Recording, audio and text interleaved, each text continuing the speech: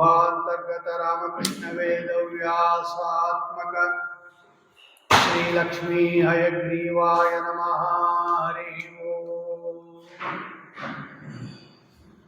ಕರೋತು ಮಮ ಕಲ್ಯಾಣಂ ಹರಿಃ ಹಯಮುಖಾವಿದಃ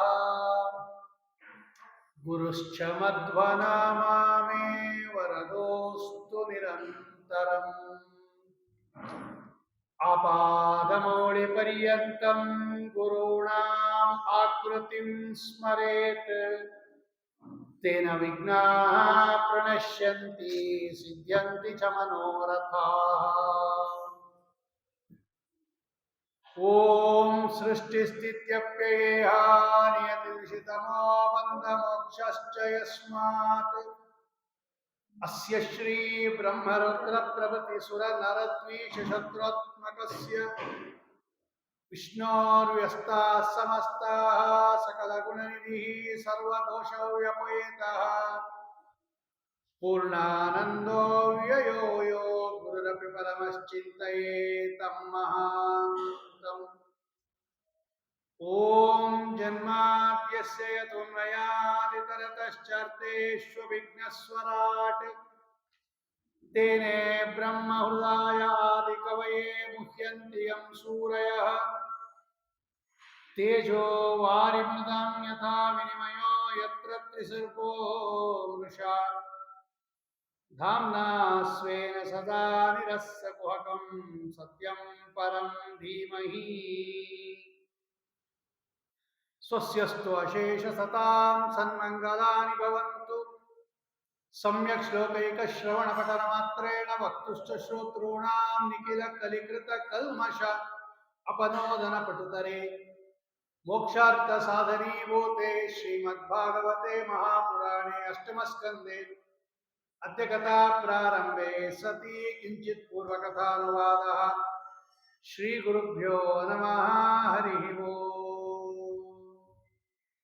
ರಾಜೋವಾಚ ಸ್ವಯಂಭುವನಸ್ಯ ಚ ಮನೋಃ ವಂಶೋಯಂ ವಿಸ್ತರಾಚ್ಯುತಃ ಯತ್ರ ಯತ್ರ ಹರಿರ್ಭಕ್ತಾಃ ಕರ್ಮಾಣಿ ಚ ಮಹೀಯಸಃ ಯತ್ರ ಧರ್ಮಾಶ್ಚ ವಿವಿಧಾಃ ಚತುರ್ವರ್ಣಾಶ್ರಿತಾಃ ಶುಭಾಃ ಯತ್ರ ವಿಶ್ವಸೃಜಾಂ ಸರ್ಗೋ ಮನೋನನ್ಯಾನ್ ವದಸ್ವನಃ.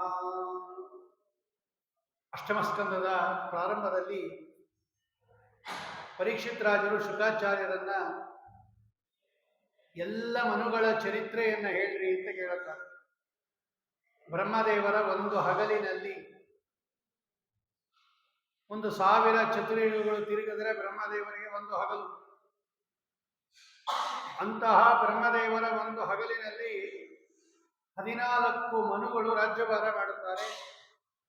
ಒಬ್ಬೊಬ್ಬ ಮನುಗೂ ಕೂಡ 71 ಚತುರ್ಯುಗ ಅಧಿಕಾರ ಅವಧಿ.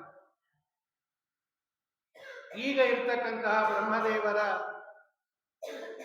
ಈ ಅವಧಿಯಲ್ಲಿ ಈಗ 6 ಜನ ಮನುಗಳು ರಾಜ್ಯಭಾರ ಮಾಡಿ ಈಗ 7ನೇದು ವೈವಸ್ವತ ಮನ್ವಂತರ, ಸಪ್ತಮೇ ವೈವಸ್ವತ ಮನ್ವಂತರೆ. ಈ ಎಲ್ಲ ಮನುಗಳ ಚರಿತ್ರೆಯನ್ನ ಹೇಳ್ರಿ ಅಂತ ಕೇಳ್ತಾರೆ ಪರೀಕ್ಷಿತ್ ರಾಜ. ಮನು ಯಾರು, ಮನುಪುತ್ರರು ಯಾರು, ಇಂದ್ರ ಪದವಿಯಲ್ಲಿದ್ದವರು ಯಾರು, ಸಪ್ತರ್ಷಿಗಳು ಯಾರು, ಭಗವಂತ ಯಾವ ಅವತಾರವನ್ನ ಮಾಡ್ದ, ಇದೆಲ್ಲವನ್ನ ನಮ್ಗೆ ಹೇಳಬೇಕು ಅಂತ ಕೇಳಿದಾಗ ಶುಕಾಚಾರ್ಯ ಹೇಳ್ತಾರೆ, ನೋಡಪ್ಪ, ಮೊದಲನೇ ಮನು ಸ್ವಯಂಭೂವನು, ಅವನ ಹೆಂಡತಿ ಶತರೂಪಾದೇವಿ, ಅವನ ಮಕ್ಕಳೇ ಪ್ರಿಯವ್ರತ ಉತ್ತಾನಪಾದ. ಭಗವಂತ ಯಜ್ಞನಾಮಕ ಪರಮಾತ್ಮನಾಗಿ ಅವತಾರ ಮಾಡ್ದ, ಅವನೇ ಇಂದ್ರ ಪದವಿಯಲ್ಲಿದ್ದವನು. 2ನೇ ಮನ್ವಂತರ ಸ್ವಾರೋಚಿಷ ಮನ್ವಂತರ. ಈ ಸ್ವಾರೋಚಿಷ ಮನ್ವಂತರದಲ್ಲಿ ಉತ್ಕೃಷ್ಟವಾಗಿರ್ತಕ್ಕಂತಹ ರೀತಿಯಲ್ಲಿ ಭಗವಂತ ಉತ್ಕೃಷ್ಟವಾಗಿರ್ತಕ್ಕಂತಹ ಸ್ವರೋಚಿಷ ಅಂತಕ್ಕಂಥ ಮಂತ್ರದಲ್ಲಿ ವಿಭೂ ಅನ್ನತಕ್ಕಂಥ ರೂಪದಿಂದ ಅವತಾರ ಮಾಡ್ತಾ ಇದ್ದಾನೆ. 3ನೇ ಮನ್ವಂತರ ಉತ್ತಮ ಮನ್ವಂತರ, ಇಲ್ಲಿ ಸತ್ಯಸೇನ ಅಂತಕ್ಕಂಥ ರೂಪದಿಂದ ಭಗವಂತ ಅವತಾರ ಮಾಡ್ತಾ ಇದ್ದಾನೆ. 4ನೇ ಮನ್ವಂತರ ತಾಪಸ ಮನ್ವಂತರ. ಈ ತಾಪಸ ಮನ್ವಂತರದಲ್ಲಿ ಭಗವಂತ ಹರಿಮೇಧಸ ಅನ್ನತಕ್ಕಂತಹ ಋಷಿಗಳಿಂದ ಹರಿಣಿ ಅನ್ನತಕ್ಕಂತಹ ಅವನ ಪತ್ನಿಯಲ್ಲಿ ಹರಿ ಎನ್ನತಕ್ಕಂತಹ ಅಥವಾ ತಾಪಸ ಅನ್ನತಕ್ಕಂತಹ ರೂಪದಿಂದ ಭಗವಂತ ಅವತಾರ ಮಾಡಿ ಗಜೇಂದ್ರ ಮೋಕ್ಷಣವನ್ನ ಮಾಡಿದ ಅಂತ ಇಷ್ಟು ಸುದ್ದಿಯನ್ನ ಅಥವಾ ಇಷ್ಟು ವಿಷಯವನ್ನ ಹೇಳಿದಾಗ ರಾಜ ಕೇಳ್ತಾನೆ, ಬಾದರಾಯಣ ಏತತ್ತೇ ಶ್ರೋತುಮಿಚ್ಛಾಮಹೇ ವಯಂ ಹರಿರ್ಯಥಾ ಗಜಪತಿಂ ಗ್ರಾಹಗ್ರಸ್ತಂ ಅಮೋಮುಚತ್. ಸ್ವಾಮಿ, ಯಾವ ರೀತಿಯಲ್ಲಿ ಪರಮಾತ್ಮ ಮೊಸಳೆ ಹಿಡಿದಿರ್ತಕ್ಕಂತಹ ಈ ಆನೆಯನ್ನ ಉದ್ಧಾರ ಮಾಡಿದ, ಗಜೇಂದ್ರನನ್ನ ಉದ್ಧಾರ ಮಾಡಿದ,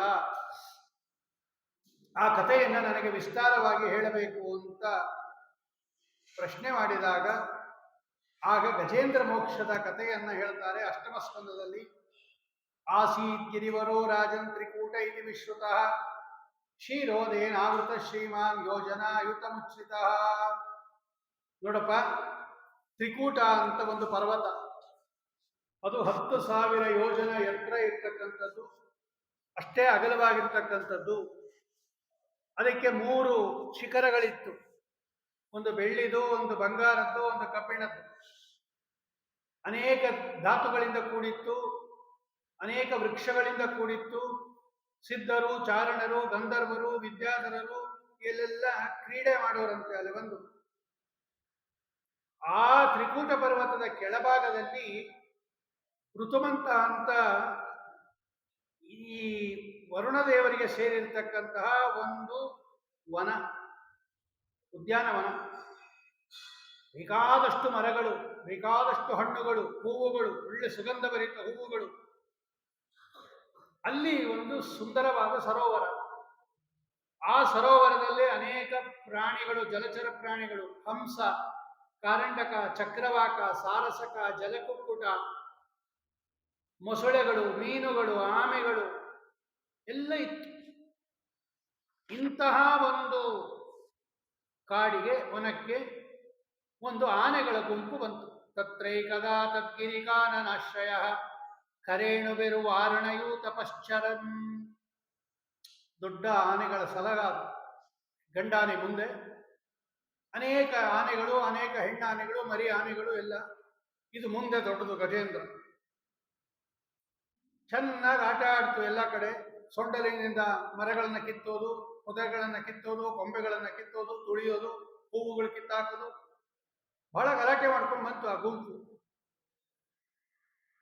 ಬಾಯಾರಿಕೆ ಆಯಿತು ಅವಕ್ಕೆ.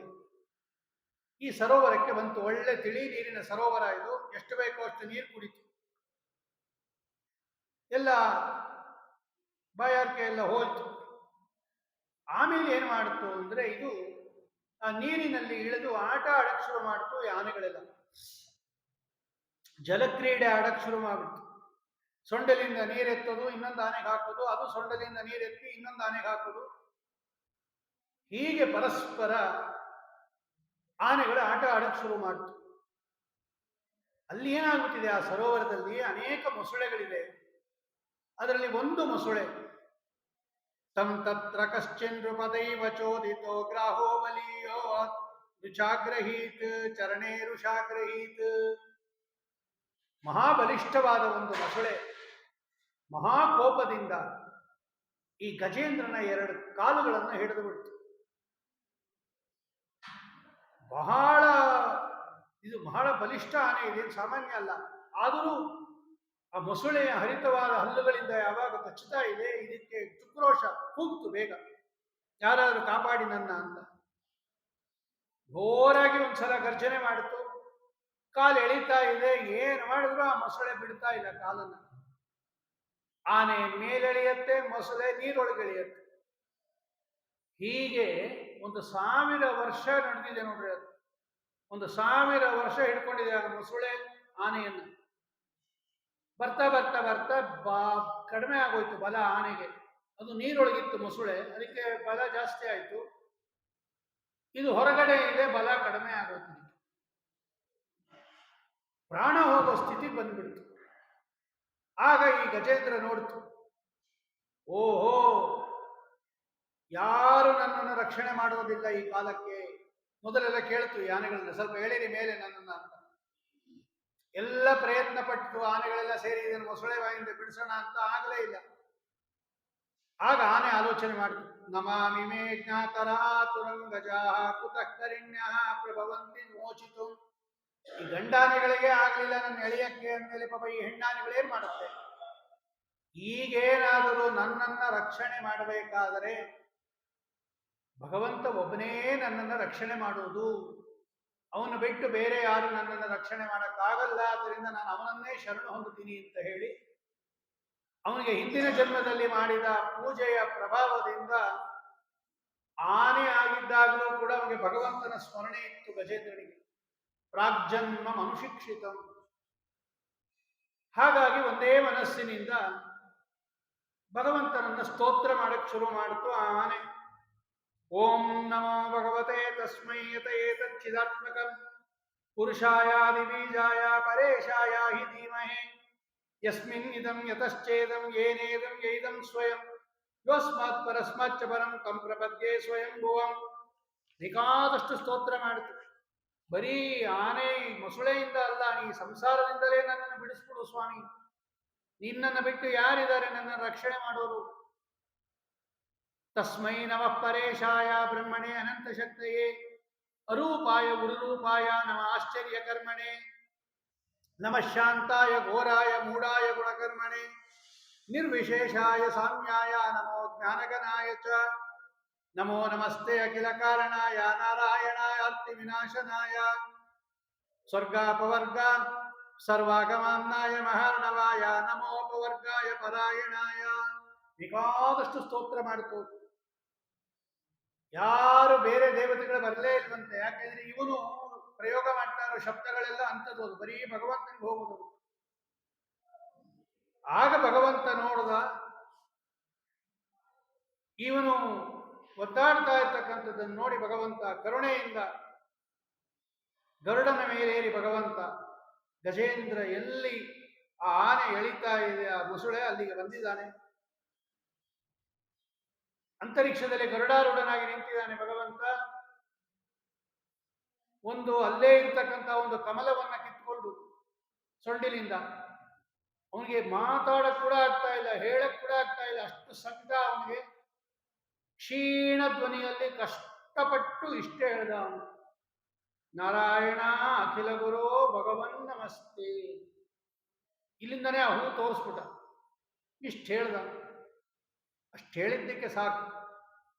ಭಗವಂತ ಗರುಡಾರೂಢನಾಗಿ ಬಂದು ಆ ಮೊಸಳೆಯನ್ನು ಎಳೆದು ನೀರಿನಿಂದ ತನ್ನ ಚಕ್ರದಿಂದ ಆ ಮೊಸಳೆಯನ್ನು ಕತ್ತರಿಸಿ ಗಜೇಂದ್ರನನ್ನು ಉದ್ಧಾರ ಮಾಡ್ತಾ ಇದ್ದಾನೆ.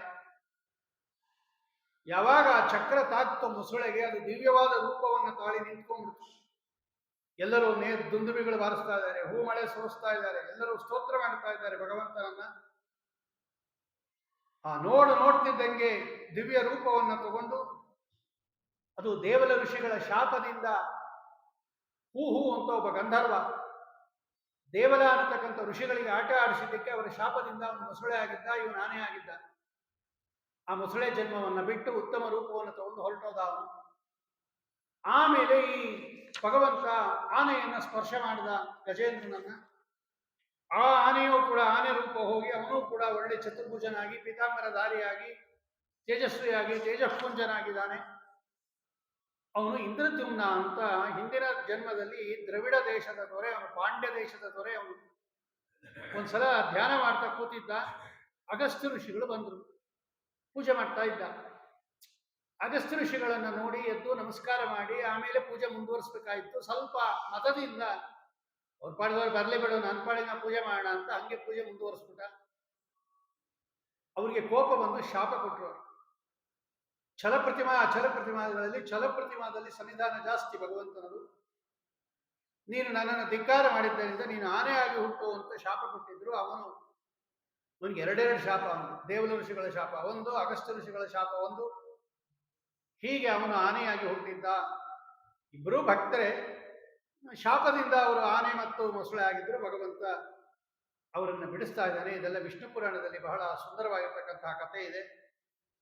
ಆಗ ಭಗವಂತ ಹೇಳ್ತಾನೆ, ಯಾರು ಬೆಳಗ್ಗೆ ಎದ್ದು ಈ ಗಜೇಂದ್ರ ಮೋಕ್ಷವನ್ನು ಪಠನ ಮಾಡ್ತಾರೆ, ದೊಡ್ಡದಾಗಿ ಅಷ್ಟಮಸ್ತನದಲ್ಲಿದೆ, ಚಿಕ್ಕದಾಗಿ ಅಲ್ಲಿ ದ್ವಿತೀಯ ಸ್ಕಂದದಲ್ಲಿದೆ ಅದು, ಬ್ರಹ್ಮದೇವರು ಹೇಳ್ತಕ್ಕಂತಹ ಸ್ತೋತ್ರಗಳಲ್ಲಿ.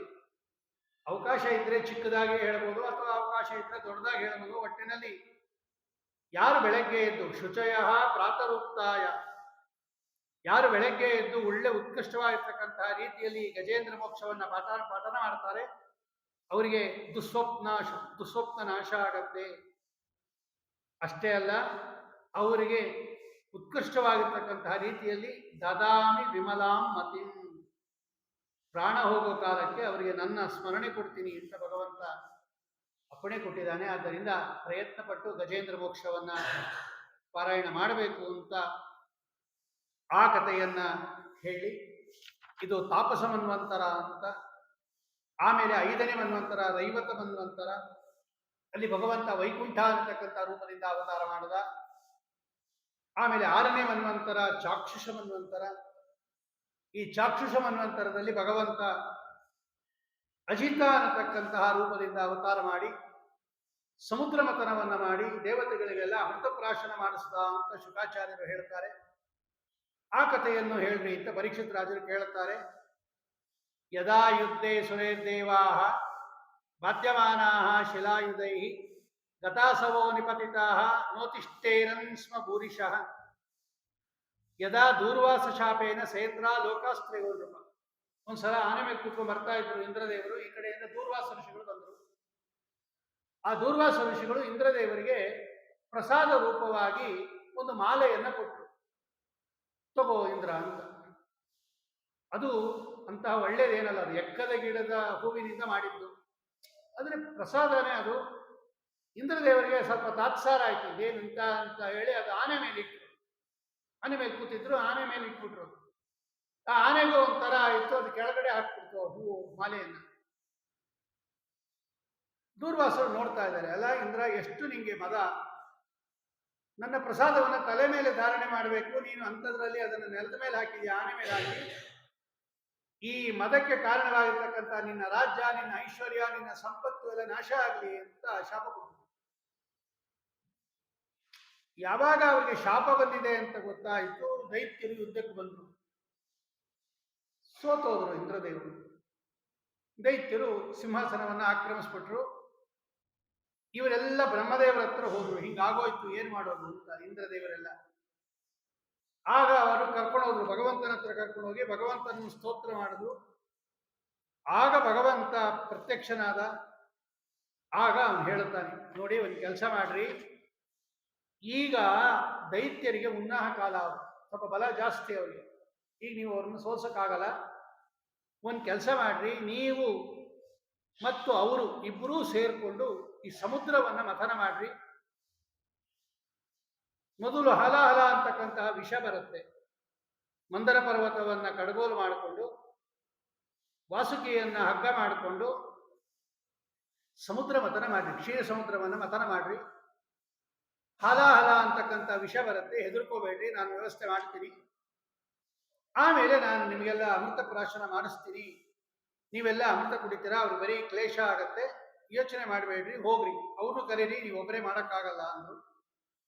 ಸರಿ, ಇಂದ್ರದೇವರು ಬಂದರು, ಕೇಳಿದ್ರು. ಬಲಿಚಕ್ರವರ್ತಿ ಇದ್ದಾಗ ಸ್ವಲ್ಪ ನಾವು ನೀವು ಎಷ್ಟಾದರೂ ಕೂಡ ಅಣ್ಣ ತಮ್ಮಂದರು ದಾಯಾದಿಗಳು ಹೋಗಿ ಇಬ್ಬರೂ ಸೇರಿಕೊಂಡು ಸಮುದ್ರ ಮಥನ ಮಾಡೋಣ.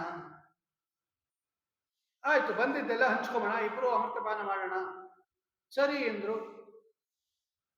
ಕ್ಷೀರ ಸಮುದ್ರ ಇರೋದೇ ಒಂದ್ ಕಡೆ, ಮಂದರ ಪರ್ವತ ಇರೋದೇ ಒಂದ್ ಕಡೆ. ತರಬೇಕಲ್ವಾ, ಮಂದರ ಪರ್ವತ ಕಿತ್ತಿ ತರಬೇಕು. ಅದಕ್ಕೆ ಬಂಗಾರದ ಪರ್ವತ, ಅದು ಯಾರು ಕಿತ್ತಬಾರ್ದು ಅಂತ ಅದಕ್ಕೆ ವರ ಬೇರೆ, ರುದ್ರದೇವರ ವರ, ಅದು ಯಾರು ಕಿತ್ತಬಾರ್ದು ಅಂತ.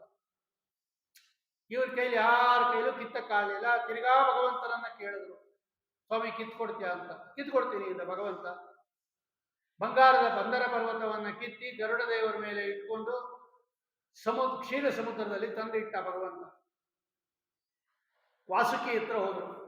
ವಾಸುಕಿ, ನೀನನ್ನ ಹಗ್ಗ ಮಾಡ್ಕೋತೀವಿ, ಕಡಿಬೇಕು, ಸ್ವಲ್ಪ ಸಹಾಯ ಮಾಡು ನಮಗೆ ಎಂದು. ವಾಸುಕಿ ಹೇಳ್ದ, ನಿಮ್ಗೆ ಅಮೃತ ಬರುವಷ್ಟೊತ್ತಿಗೆ ನನ್ನ ಮೈಯೆಲ್ಲ ಉಜ್ಜಿ ಉಜ್ಜಿ ಉಜ್ಜಿ ಉಜ್ಜಿ ಚೂರು ಚೂರು ಆಗ್ಬಿಡುತ್ತೆ, ನೀ ಕಡಿಲೋ ಬೇಡ್ರಿ, ನಾ ಬರೋದು ಇಲ್ಲ ಅಂದ. ಇಲ್ಲಪ್ಪ, ನಿನಗೂ ಒಂದು ಸ್ವಲ್ಪ ಅಮೃತ ಕೊಡ್ತೀವಿ ಬಾ. ಸರಿ ಬರ್ತೀನಿ ಇಂದ. ಈ ವಾಸುಕಿಯನ್ನು ಸುತ್ತಿದ್ರು ಮಂದರ ಪರ್ವತಕ್ಕೆ. ಒಂದ್ ಕಡೆ ಹೆಡೆ ಬರುತ್ತೆ, ಒಂದ್ ಕಡೆ ಬಾಲ ಬರುತ್ತೆ ಸುತ್ತಿದಾಗ. ಈ ಭಗವಂತ ಬನ್ರಿ ಅಂತ ದೇವತೆಗಳನ್ನೆಲ್ಲ ಕರ್ಕೊಂಡು ಹೋಗಿ ಹೆಡೆ ಕಡೆ ಹಿಡ್ಕೊಂಡ. ಈ ದೈತ್ಯರಿಗೆಲ್ಲ ಕೋಪ ಬಂದ್ಬಿಡ್ತು. ನಾವೇನಂತ ತಿಳ್ಕೊಂಡಿದ್ದೀರಾ, ನಾವೆಲ್ಲ ದೊಡ್ಡ ಕಶ್ಯಪ ವಂಶದವರು, ದೊಡ್ಡ ಪಂಡಿತರು, ವೇದಾಧ್ಯಯನ ಸಂಪನ್ನರು, ಅಮಂಗಳ ಬಾಲ ಮುಟ್ಟೋದಿಲ್ಲ ಅಂತ ಅವರೆಲ್ಲ ಗಲಾಟೆ ಮಾಡಿದ್ರು.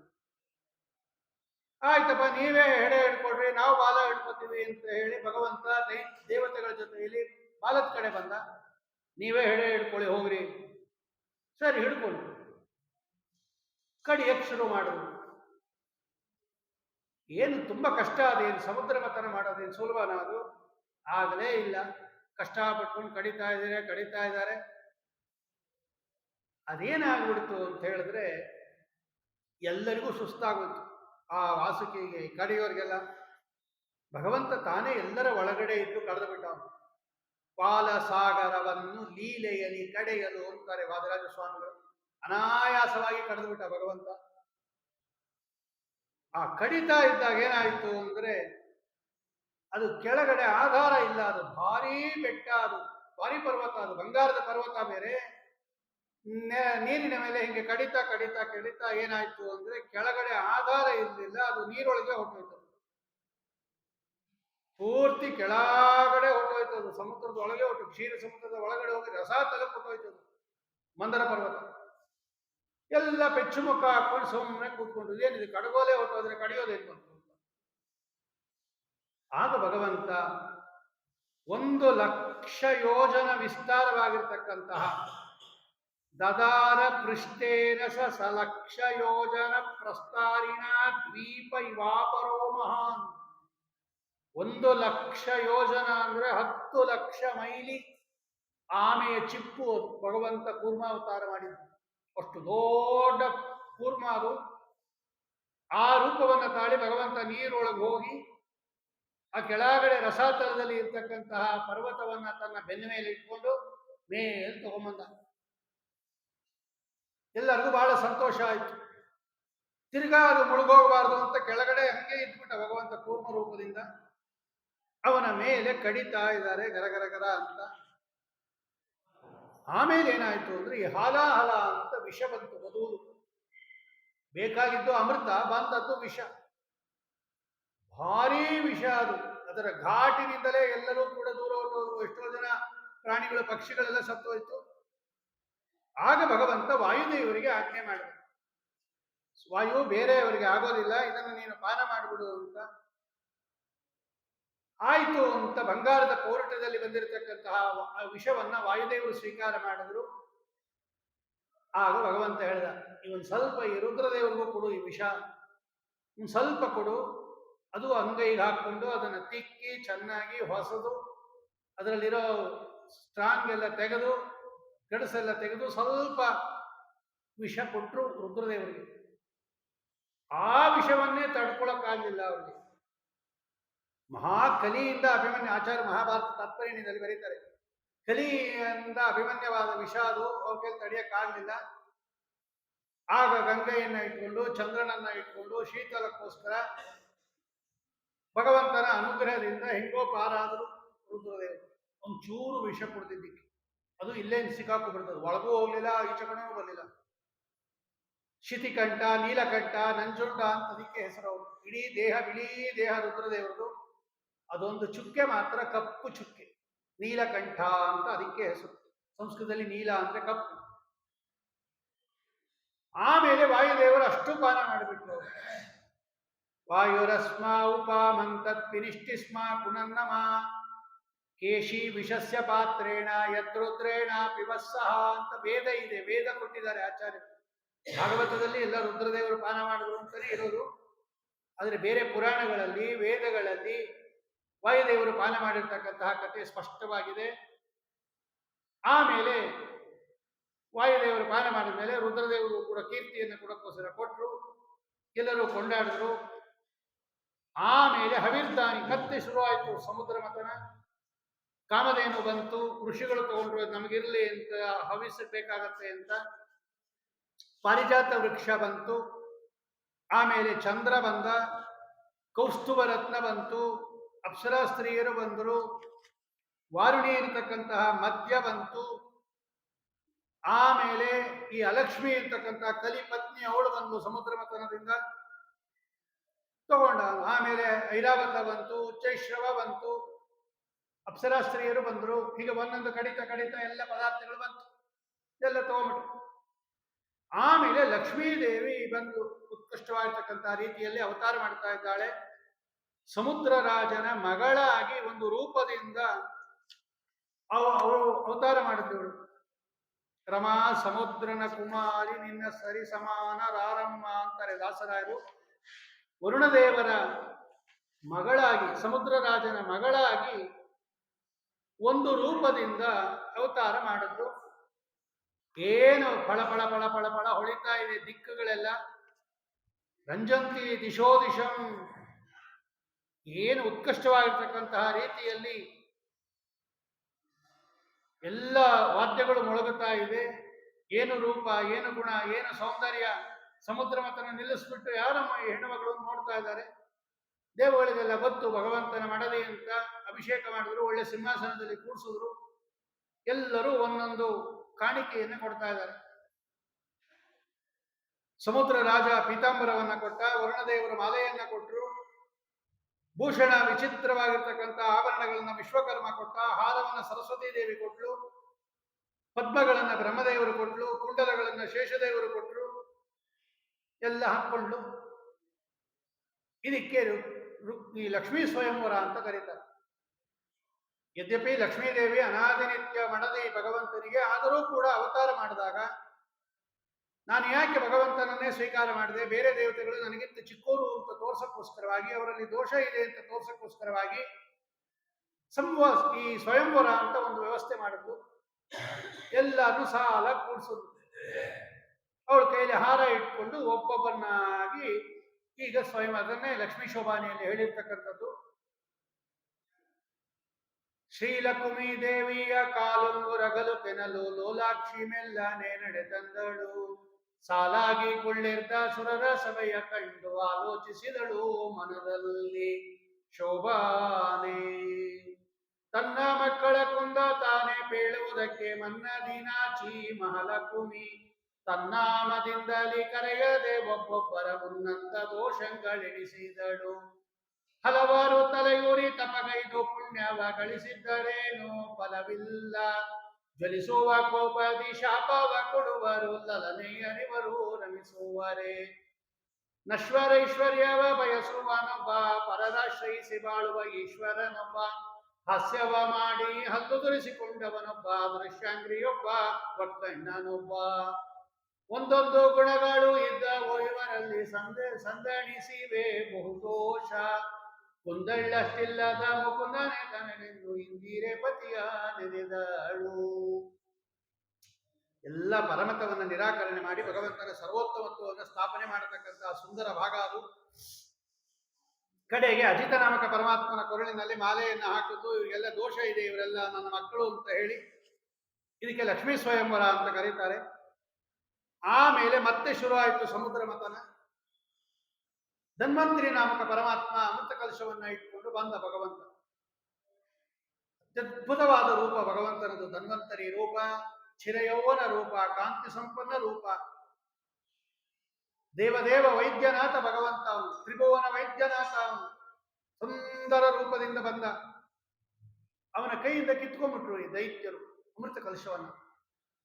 ದೇವತೆಗಳಿಗೆಲ್ಲ ಪೆಚ್ಚಾಗೋಯ್ತು. ಸ್ವಾಮಿ ಏನಿದು ಅಮೃತ ಹೊಟ್ಟೋಯ್ತಲ್ಲ ಅಂದಾಗ ಭಗವಂತ ಹೇಳಿದ, ಯೋಚನೆ ಮಾಡ್ಬಿಡಿ, ನಾನು ಕೊಡಿಸ್ತೀನಿ ಅಂತ ಹೇಳಿ. ಆವಾಗ ಭಗವಂತ ಒಳ್ಳೆ ಮೋಹಿನಿ ರೂಪವನ್ನು ಸ್ವೀಕಾರ ಮಾಡ್ತಾ ಇದೆ, ನಾರಾಯಣಿ ರೂಪ ಅಂತ. ದಶಾವತಾರ ಸ್ತುತಿ ಸಂದರ್ಭದಲ್ಲಿ ಅದನ್ನು ಹೇಳಿದ್ದೆ ನಾನು, ಈಗ ಸಮಯ ಇಲ್ಲ, ಅದನ್ನು ಹೇಳೋದಿಲ್ಲ. ಅತ್ಯಂತ ಸುಂದರಾತಿ ಸುಂದರ ರೂಪ ಭಗವಂತನದು. ಲಕ್ಷ್ಮೀ ದೇವಿಯೂ ಕೂಡ ನಿಬ್ಬೆರಗಾಗುವ ಸೌಂದರ್ಯ ಖಣಿ ಭಗವಂತ. ಆ ಕಲಶವನ್ನು ತಂದು ಮೋಹಿನಿ ಕೈಲಿ ಕೊಟ್ಬಿಟ್ರು, ನಾರಾಯಣಿ ಕೈಲಿ. ತೋಳಮ್ಮ ನೀನೇ ಹಚ್ಚು, ನಾವೆಲ್ಲ ಗಲಾಟೆ ಮಾಡ್ತಾ ಇದೀವಿ ಇಂದು. ಭಗವಂತ ಹೇಳಿದ, ನಾನು ಯಾರು ಅಂತ ಗೊತ್ತಿಲ್ಲ, ಈಗ ತಾನೇ ಬಂದಿದ್ದೀನಿ, ಅದೇನ್ ಕೊಡ್ತೀರಾ ನೀವು? ಒಬ್ಬ ಹೆಣ್ಣನ್ನ ನೀವು ನಂಬಿಟ್ಟು ನೀ ಏನಾನ ಮಾಡು ತಗೊಂಡ್ಕೊಟ್ಟು, ನಾ ಹೆಂಗ್ ಹಚ್ತೀನಿ ಹಂಗ ಹಂಚಿಸ್ಕೋಬೇಕು ಅಂದ್ರು. ಹ್ಞೂ ಸರಿ. ಭಗವಂತ ಏನ್ ಮಾಡ್ದ, ಲೈನ್ ಕೂಡಿಸ, ನೀವೊಂದು ಲೈನ್ ಕೂತ್ಕೊಳ್ಳಿ, ನೀವೊಂದು ಲೈನ್ ಕೂತ್ಕೊಳ್ಳಿ ಅಂತ. ಈ ಕಡೆ ಎಲ್ಲ ದೇವತೆಗಳನ್ನು ಕೂಡಿಸ, ಈ ಕಡೆ ದೈತ್ಯರನ್ನು ಕೂಡಿಸ, ಎಲ್ಲ ದೇವತೆಗಳಿಗೆ ಹಾಕ್ಬಿಟ್ಟ. ಈ ದೈತ್ಯರ ಕಡೆ ಬರಲೇ ಇಲ್ಲ, ಎಲ್ಲ ಕಣ್ಣು ಮುಚ್ಕೊಳ್ಳಿಯಿಂದ ಕಣ್ಣು ಮುಚ್ಕೊಂಡ್ಬಿಟ್ರು ದೈತ್ಯರು. ಈ ಕಡೆ ಬರೋದು, ಗೆಜ್ಜೆ ಶಬ್ದ ಮಾಡೋದು, ಈ ಕಡೆ ಎಲ್ಲರಿಗೂ ಹಾಕೋದು, ಎಲ್ಲರೂ ಕುಣಿದ್ಬಿಟ್ರು. ಸ್ವರ್ಪಾನು ಅಂತ ಒಬ್ಬ ದೈತ್ಯ ಇದ್ದ. ಅವನು ಬ್ರಹ್ಮದೇವರನ್ನ ಕುರಿತು ತಪಸ್ಸು ಮಾಡಿದ್ದ, ನಾನು ಅಮೃತ ಕುಡಿಬೇಕು ಅಂತ. ಬ್ರಹ್ಮದೇವರು ತಥಾಸ್ತು ಅಂದ್ಬಿಟ್ಟಿದ್ರು. ಆ ಬ್ರಹ್ಮದೇವರ ಮಾತನ್ನ ಸತ್ಯ ಮಾಡೋಕ್ಕೋಸ್ಕರ ಭಗವಂತ ಏನ್ ಮಾಡ್ದ, ಆ ಸ್ವರ್ಪಾನು ಬಂದು ಈ ಕಡೆ ಕೂತ್ಕೊಂಡ್ಬಿಟ್ಟ, ಈ ಸೂರ್ಯ ಚಂದ್ರ ಪಕ್ಕ ಬಂದು ಕೂತ್ಕೊಂಡ್ಬಿಟ್ಟ. ಅವ್ರಿಗೂ ಹಾಕ್ಬಿಟ್ರ ಭಗವಂತ. ಅವ್ನು ಕುಡಿದೋಗ್ಬಿಟ್ಟ. ಅದಿನ್ನ ಒಳಗೆ ಹೋಗಿರ್ಲಿಲ್ಲ, ಇನ್ನ ಇಲ್ಲೇ ಇತ್ತು, ಕಂಠದಲ್ಲೇ ಇತ್ತು. ಕತ್ತರಿಸ್ಬಿಟ್ಟ ಭಗವಂತ. ಆ ಕಂಠ ಮತ್ತು ದೇಹ ಎರಡೂ ಉಳ್ಕೊಂಡು ಅವನು ಸತ್ತೋದ ಸ್ವರ್ಪಾನವನು. ಅದು ಎರಡುಗಳ ಒಳಗೆ ದೇವತೆಗಳು ಪ್ರವೇಶ ಮಾಡಿ, ಅದೇ ರಾಹು ಕೇತು ಅಂತ ಅನ್ನಿಸ್ಕೊಂಡಿರ್ತಕ್ಕಂಥದ್ದು ಇವತ್ತು ಗ್ರಹಗಳಲ್ಲಿ ಸೇರಿದೆ. ಎಲ್ಲ ದೇವತೆಗಳಿಗೂ ಕುಡಿಸ್ಬಿಟ್ಟ ಭಗವಂತ. ಆಗೋಯ್ತು, ಅಮೃತ ಪ್ರಾಶನ ನಡೀರಿ ಅಂತ ವಾಪ ದೈತ್ಯರಿಗೂ ಕೊಡ್ಲಿಲ್ಲ. ಆಮೇಲೆ ದೊಡ್ಡ ಯುದ್ಧ ಆಗೋಯ್ತು. ಮೋಸ ಮೋಸ ಮೋಸ ಅಂತ ಭಗವಂತ ಹೇಳಿದ, ಮೋಸ ಮಾಡಿದ್ ನೀವು, ನಾವಲ್ಲ ಅಂತ. ಯಾಕೆ ಕಿತ್ಕೊಂಡು ಹೋದ್ರಿ ಅಮೃತ ಕಲಶ ನನ್ನ ಕೈಯಿಂದ ಅಂತ ಕೇಳಿದ್ರು. ಯಾಕೆ ಕಿತ್ಕೊಂಡು ಹೋದ್ರಿ? ಇಬ್ಬರಿಗೂ ಹಂಚ್ಬೇಕಾಗಿದ್ದ ನಾನು. ನೋಡಿ, ಕಿತ್ಕೊಂಡು ಹೋಗಿದ್ದೇನು, ದೇವತೆಗಳು ಬೇಡ, ನಾವೇ ಕುಡಿಬೇಕು ಅಂತಾನೆ, ಅದಕ್ಕೆ ನಿಮ್ಗೆ ಕೊಡ್ಲಿಲ್ಲ ಅಂತ.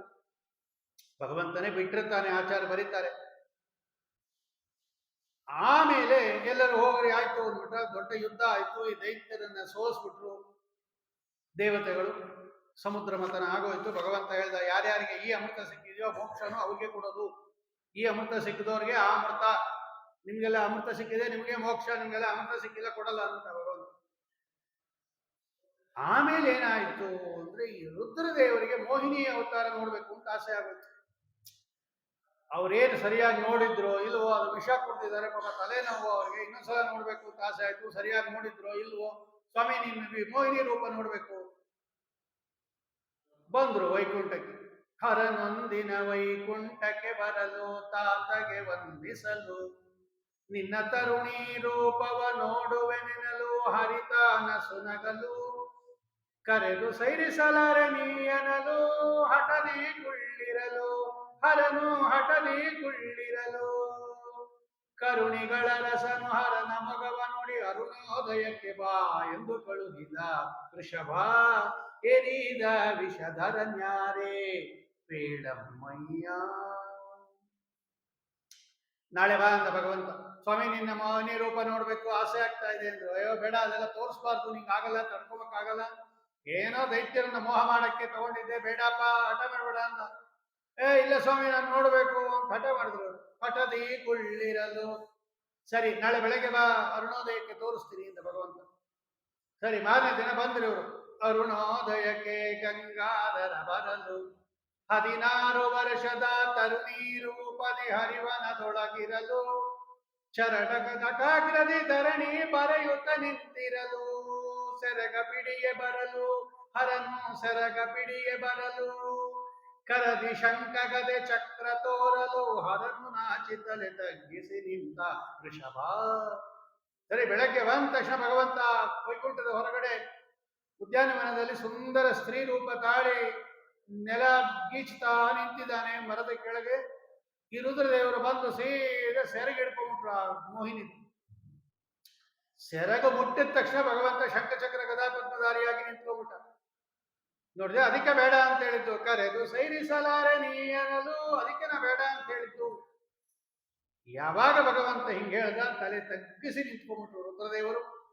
ಮಂಗಳಂಗನೆ ಮಾರಜನಕನೇ ನಾ ಮಾಡಿದ ತಪ್ಪು, ಹಿಂಗದೆ ಕ್ಷಮಿಸೋ ಯದು ಕುಲ ತಿಲಕ ವಕ್ಷದಳೋಕುವ, ನಿನ್ನಂಗನೆ ಅರಿಯಳು ನಕ ಮಹಿಮಾಂಕ ಹೀಗೆನು ದಲಿತವಕ, ರಂಗ ವಿಠಲನ ಪದಗಳ ಪಿಡಿದು ಸಾಷ್ಟಾಂಗವೆರಗಿ ಕೈಲಾಸಕ್ಕೆ ನಡೆದ ವೃಷಭ, ಎರಿದ ವಿಷಧರನ್ಯಾರೇ ಬೇಡಮ್ಮಯ್ಯ. ಸ್ವಾಮಿ, ನಿನ್ನ ಪತ್ನಿಗೆ ಸದಾ ನಿನ್ನ ವಕ್ಷಸ್ಥಳದಲ್ಲಿರ್ತಕ್ಕಂಥ ಲಕ್ಷ್ಮೀದೇವಿಗೆ ನಿನ್ನ ಮಹಿಮೆ ಗೊತ್ತಾಗಲ್ಲ ಅಂದಾಗ ನಾವ್ಯಾರು ಸ್ವಾಮಿ, ತಪ್ಪಾಯ್ತು ಅಂತ ಹೊರಟರು ಅಂತ ಶ್ರೀಪಾದರಾಜರು ಬರೀತಾರೆ.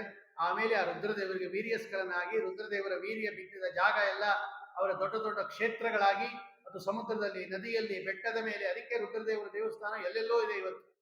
ಶ್ರೀಶೈಲ, ಮಲ್ಲಿಕಾರ್ಜುನ, ಕಾಶಿ ವಿಶ್ವನಾಥ, ತ್ರ್ಯಂಬಕೇಶ್ವರ, ಎಲ್ಲೆಲ್ಲ ರುದ್ರದೇವರ ವಿಶೇಷ ಸನ್ನಿಧಾನ ಇದ್ದು ಬೆಳ್ಳಿ ಬಂಗಾರದ ಗಣಿಗಳಾಗಿ ಇವತ್ತು ಜಗತ್ತಿನಲ್ಲಿ ವಿಖ್ಯಾತವಾಗಿದೆ ಅಂತ ಹೇಳಿ, ಆಮೇಲೆ ಈ ಬಲಿಚಕ್ರವರ್ತಿಗೂ ಈಗ ವೈವಸ್ವತವನ್ನುವಂತರ 7ನೇದು. ಇಲ್ಲಿ ಭಗವಂತ ವಾಮನ ರೂಪದಿಂದ ಅವತಾರ ಮಾಡ್ದ ಅಂತ ಕೇಳಿದಾಗ ಆ ವಾಮನಾವತಾರದ ಕಥೆಯನ್ನ ಹೇಳ್ರಿ ಎಂದಾಗ ಇಂದ್ರದೇವರಿಂದ ಸೋತೋದ ಬಲಿಚಕ್ರವರ್ತಿ ಈ ಸಾಯೋದೊಂದು ಬಿಟ್ಟು ಹಂಗೆ ಸೋತೋಡ. ಅವನನ್ನು ನೋಡಿದಾಗ ಬಹಳ ಬೇಜಾರಾಗಿಬಿಟ್ಟು ಅವರ ಗುರುಗಳು ಶುಕ್ರಾಚಾರ್ಯರಿಗೆ, ಯಾಕಪ್ಪ ಬಲಿ ಹಿಂಗಾಗೋದಿದೆಯಾ ಅಂತ ಕೇಳಿದ್ರು. ಆಗ ಅವನು ಹೇಳ್ದ, ನೋಡ್ರಿ ನಾನು ಸೋತೋಗಿ ಬಂದಿದ್ದೀನಿ ಇಂದ, ತಾಳು ನಿಂಗೆ ಮಾಡಿಸ್ತೀನಿ ಅಂತೇಳಿ ಅವನ ಕೈಲಿ ಒಂದು ಯಜ್ಞ ಮಾಡಿಸಿದ್ರು, ವಿಶ್ವಜಿತ ಅಂತ ಒಂದು ದೊಡ್ಡ ಯಜ್ಞ ಮಾಡಿಸಿದ್ರು. ಆ ಯಜ್ಞ ಕುಂಡದಿಂದ ಒಂದು ರಥ ಬಂತು, ಕುದುರೆಗಳು ಬಂತು, ಬಂಗಾರದ ಧನಸ್ಸು ಬಂತು, ಬಂಗಾರದ ಬತ್ತಳಿಕೆ ಬಂತು, ಬಾಣಗಳು ಬಂತು, ಧ್ವಜ ಬಂತು, ಸಿಂಹ ಬಂತು, ಎಲ್ಲ ಬಂತು. ಎಲ್ಲ ಹಾಕೊಂಡ, ಧನಸ್ಸು ಹಿಡ್ಕೊಂಡ, ಬತ್ತಳಿಕೆ ಹಿಡ್ಕೊಂಡ, ಬಾಣ ತಗೊಂಡ, ರಥದಲ್ಲಿ ಕೂತ್ಕೊಂಡ. ಒಂದು ಶಂಖ ಕೊಟ್ಟರು ಅವರು, ಬಮ್ ಅಂತ. ಆ ಶಂಖ ತಗೊಂಡ. ಪ್ರಹ್ಲಾದರಾಜರು ಬಂದು ಒಂದು ಮಾಲೆ ಹಾಕಿದ್ರು, ಆ ಮಾಲೆ ಹಾಕಿಸ್ಕೊಂಡ. ಸೀದಾ ಸ್ವರ್ಗಕ್ಕೆ ಹೋಗಿ ಜೋರಾಗಿ ಶಂಖ ಊರಕ್ಕೆ ಶುರು ಮಾಡಿದ ಈ ಬಲಿಚಕ್ರವರ್ತಿ. ಇಂದ್ರದೇವರು ಕೇಳಿದ್ರು ಅವ್ರ ಗುರುಗಳನ್ನ, ಬೃಹಸ್ಪತ್ಯಾಚಾರ್ಯರನ್ನ, ಇದೇನು ಈಗ ಸೋತೋಗಿದ್ದಾನೆ ಮತ್ತೆ ಬರ್ತಾ ಇದ್ದಾನೆ ಜೋರಾಗಿ, ಇಷ್ಟೊಂದು ಜೋರಾಗಿ? ಬೃಹಸ್ಪತ್ಯಾಚಾರ್ಯ ಹೇಳಿದ್ರು, ನೋಡು, ಒಬ್ಬ ಗುರುಗಳು ಒಬ್ಬ ಶಿಷ್ಯನನ್ನ ಎಷ್ಟು ಬೇಗ ಮೇಲೆತ್ತು ಬಿಡ್ತಾರೆ. ಜಾನಾಸಿ ಭಗವನ್ ಶತ್ರೋಹೋ ಉನ್ನತೇರಸ್ಯ ಕಾರಣಂ ಶಿಷ್ಯಾಯ ಉಪವೃತಂ ತೇಜೋ ಗುರುಭಿ ಬ್ರಹ್ಮವಾದಿಭಿ. ಈಗ ನೀನೇನು ಮಾಡಿದ್ರು ಸೋಲ್ಸಕ್ಕಾಗಲ್ಲ, ಕೊಟ್ಬಿಡು ಸ್ವರ್ಗ ಅಂತ. ಮತ್ತೆ ಬಲಿಚಕ್ರವರ್ತಿಗೆ ಸ್ವರ್ಗ ಸಿಕ್ಕಿಬಿಡ್ತು, ಇಂದ್ರದೇವರಿಗೆ ಸ್ವರ್ಗ ಹೊಟ್ಟೋಯ್ತು. ಆಗ ಅದಿತಿಗೆ ಸ್ವಲ್ಪ ಬೇಜಾರಾಯ್ತು. ಅವರ ತಾಯಿ, ದೇವತೆಗಳ ತಾಯಿ ಅದಿತಿ ದೇವಿ, ಕಶ್ಯಪರ ಪತ್ನಿ, ಒಂದು ದಿವಸ ಸಪ್ಪೆ ಕೂತಿದ್ದು ಕಶ್ಯಪರು ಬಂದಾಗ. ಯಾಕಮ್ಮ ಅಂತ ಕೇಳಿದ್ರು. ನೋಡಿ, ನಮ್ಮ ಹುಡುಗರಿಗೆ ಸ್ವರ್ಗ ಬಂದಿತ್ತು, ಹೊಟ್ಟೋಯ್ತು. ಕಶ್ಯಪರು ಹೇಳ್ತಾರೆ, ಯಾಕೆ ಒದ್ದಾಡ್ತೀಯ? ಭಗವಂತನ ಚಿತ್ತ ಬಂದ್ರೆ ಬರುತ್ತೆ ಹೋಗುತ್ತೆ, ಅಷ್ಟೊಂದು ತಲೆ ಕೆಡಿಸ್ಕೋಬಾರ್ದು, ಯಾಕೆ ಇಷ್ಟೊಂದು ಯೋಚನೆ ಮಾಡ್ತೀಯ? ಇಲ್ಲ, ನಮ್ಮ ಮಕ್ಕಳಿಗೆ ಸ್ವರ್ಗ ಬರಬೇಕು ಅಂತ ಹೇಳಿದಾಗ, ಆಗ ಅವ್ರಿಗೊಂದು ಕೆಲಸ ಮಾಡು, ನಿನಗೆ ನಾನು ಒಂದು ವ್ರತ ಹೇಳ್ತೀನಿ, ಇದೇ ಪಯೋವ್ರತ ಅಂತ ಕರೀತಾರೆ. ಫಾಲ್ಗುಣ ಮಾಸದಲ್ಲಿ ಪಾಠದಿಂದ ಹಿಡಿದು ದ್ವಾದಶಿ ಪರ್ಯಂತ 12 ದಿವಸಗಳ ಕಾಲ ಸುಂದರವಾಗಿರ್ತಕ್ಕಂತಹ ಈ ವ್ರತವನ್ನ ಮಾಡು. ಇದು ಬ್ರಹ್ಮದೇವರು ನನಗೆ ಹೇಳಿರ್ತಕ್ಕಂಥದ್ದು, ನಾನು ನಿಂಗೆ ಹೇಳ್ತಾ ಇದ್ದೀನಿ. 12 ದಿವಸ ಬರೀ ಹಾಲು ಕುಡ್ಕೊಂಡಿರ್ಬೇಕು, ಒಂದು ಸ್ವಲ್ಪ ಹಾಲು ದೇವ್ರ ನೈವೇದ್ಯ ಆಗಿರ್ತಕ್ಕಂಥದ್ದು, ಪೂರ್ತಿ ಉಪವಾಸ ಇರಬೇಕು, ಪ್ರತಿನಿತ್ಯ ಹೋಮ ಹವನಾದಿಗಳಾಗಬೇಕು, ಬ್ರಾಹ್ಮಣ ಸಂತರ್ಪಣೆ ಆಗಬೇಕು, ಪೂಜೆ ಪುನಸ್ಕಾರ ಜಪ ಎಲ್ಲ ಆಗಬೇಕು. ಇವರು ಮಾತ್ರ ಉಪವಾಸ ಇರಬೇಕು. ಏಕಾದಶಿ ಉಪವಾಸ ಆಗುತ್ತೆ, ದ್ವಾದಶಿ ತನಕ ಪಾಠ್ಯದಿಂದ ಹಿಡಿದು ಒಂದೊಂದೇ ಲೋಟ ಹಾಲು ಕುಡ್ಕೊಂಡಿರಬೇಕು. ತ್ರಯೋದಶಿ ಆಮೇಲೆ ಉದ್ಯಾಪನೆ ಮಾಡಿ, ಬ್ರಾಹ್ಮಣ ಭೋಜನ ಮಾಡಿ, ದಾನ ಧರ್ಮಾದಿಗಳು ಮಾಡಿ, ಬ್ರಾಹ್ಮಣರ ಅಪ್ಪಣೆಯನ್ನು ತಗೊಂಡು ಭೋಜನ ಮಾಡಬೇಕು. ಅತ್ಯದ್ಭುತವಾಗಿರ್ತಕ್ಕಂಥ ವ್ರತ, ಇದನ್ನು ಮಾಡು, ಭಗವಂತ ಬೇಗ ಅನುಗ್ರಹ ಮಾಡ್ತಾನೆ ಅಂತ ಉಪದೇಶ ಮಾಡಿದ್ರು. ಮಾಡಿದ್ಲು ಅವಳು. ಒಳ್ಳೆ ದೊಡ್ಡ ಅಧಿಕಾರಿ ಅವಳು, ದೇವತಾ ತಾಯಿ ಅವಳು. ಭಗವಂತ ಪ್ರತ್ಯಕ್ಷನಾಗುತ್ತ. ಅವನು ಹೇಳ್ತಾನೆ, ಎಷ್ಟು ಶ್ರದ್ಧೆಯಿಂದ ಮಾಡ್ತಾರೋ ಅಷ್ಟು ಬೇಗ ಅನುಗ್ರಹ ಆಗುತ್ತೆ ಅಂತ. ನೀನು ಬಹಳ ಶ್ರದ್ಧೆಯಿಂದ ಮಾಡಿದ್ಯಾ, ನೋಡು ನಾನು ಅವತಾರ ಮಾಡಿದ್ದೀನಿ, ಏನು ಬೇಕು ಅಂದಾಗ ಅವಳು ಕೇಳಿದ್ಲು. ನಂಗೆ ಗೊತ್ತು ನೀ ಯಾಕೆ ಮಾಡಿದ್ಯಾ ಅಂತ. ನಿನ್ನ ಮಕ್ಕಳಿಗೆ ರಾಜ್ಯ ಬರ್ಬೇಕು ತಾನೆ, ಒಂದು ಕೆಲಸ ಮಾಡು, ಈಗ ಅವರಿಗೆ ಶತ್ರುಗಳಿಗೆ ಉನ್ನಾಹ ಕಾಲ, ಅದಕ್ಕೆ ನಾನು ಅವರನ್ನು ಸೋಲ್ಸಲ್ಲ, ನಾನು ಉಪಾಯದಿಂದ ನಿನ್ನ ಮಕ್ಕಳಿಗೆ ರಾಜ್ಯವನ್ನು ಕೊಡಿಸ್ತೀನಿ, ಯಾರಿಗೂ ಹೇಳಬೇಡ, ಇದು ಸ್ವಲ್ಪ ತುಂಬ ರಹಸ್ಯ, ಇದು ಯಾರಿಗೂ ಹೇಳಬೇಡ, ಇದನ್ನ ಚೆನ್ನಾಗಿ ಇಟ್ಕೊಂಡಿರು, ನೀನೊಬ್ಬಳೇ, ನಾನು ನಿನ್ನಲ್ಲಿ ಅವತಾರ ಮಾಡ್ತೀನಿ ಅಂತ ಹೇಳಿದ ಭಗವಂತ. ನಾನೇ ಒಂದು ರೂಪದಿಂದ ಅವತಾರ ಮಾಡಿರ್ತೀನಿ ನಿನ್ನಲ್ಲಿ, ಇದು ದೇವತಾ ರಹಸ್ಯ, ಯಾರಿಗೂ ಹೇಳಬೇಡ ಅಂತ ಭಗವಂತ ಇಷ್ಟು ಹೇಳಿಬಿಟ್ಟು ಪುಟ್ಟ ರೂಪವನ್ನು ತಗೊಂಡ್ಬಿಟ್ಟ, ವಾಮನ ರೂಪವನ್ನ. ಬಹಳ ಸಂತೋಷ ಆಯಿತು. ಸರಿ, ಮಗು ಹುಟ್ಟಿದೆ, ಗಂಡು ಮಗು ಅದು. ಇವರೆಲ್ಲ ಮತ್ತೆ ಸಂಸ್ಕಾರಗಳನ್ನು ಮಾಡಿದ್ರು. ಮತ್ತೆ ಉತ್ಕೃಷ್ಟವಾಗಿರ್ತಕ್ಕಂತಹ ವಟು ಅವನಿಗೆ, ವಾಮನನಿಗೆ ಉಪನಯನ ಮಾಡಿದ್ರು. ಒಬ್ಬೊಬ್ಬರು ಒಂದೊಂದು ಉತ್ಕೃಷ್ಟವಾಗಿರ್ತಕ್ಕಂತಹ ರೀತಿಯಲ್ಲಿ ಈ ಉಡುಗೊರೆಗಳನ್ನು ಕೊಟ್ಟರು.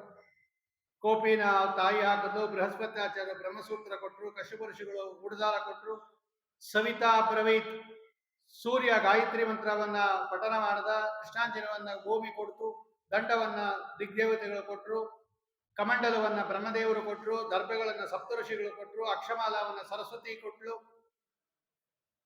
ಎಲ್ಲ ಹಾಕೊಂಡ್ರು. ಬಂಗಾರದ ಪಾತ್ರೆಯನ್ನು ಕೊಟ್ಟ ಅವನು ಕುಬೇರ ಭಿಕ್ಷಾ ಪಾತ್ರೆಯನ್ನ, ಭೌತಿ ಭಿಕ್ಷಾಂದೇಹಿಯಿಂದ ಅವಳು ಪಾರ್ವತಿ ಭಿಕ್ಷಾ ಹಾಕಿದ್ದು, ಸಂಧ್ಯಾವನೆ ಮಾಡ್ದ, ಅಗ್ನಿ ಕಾರ್ಯ ಮಾಡ್ದ, ಎಲ್ಲ ಮಾಡಿದ ಭಗವಂತ.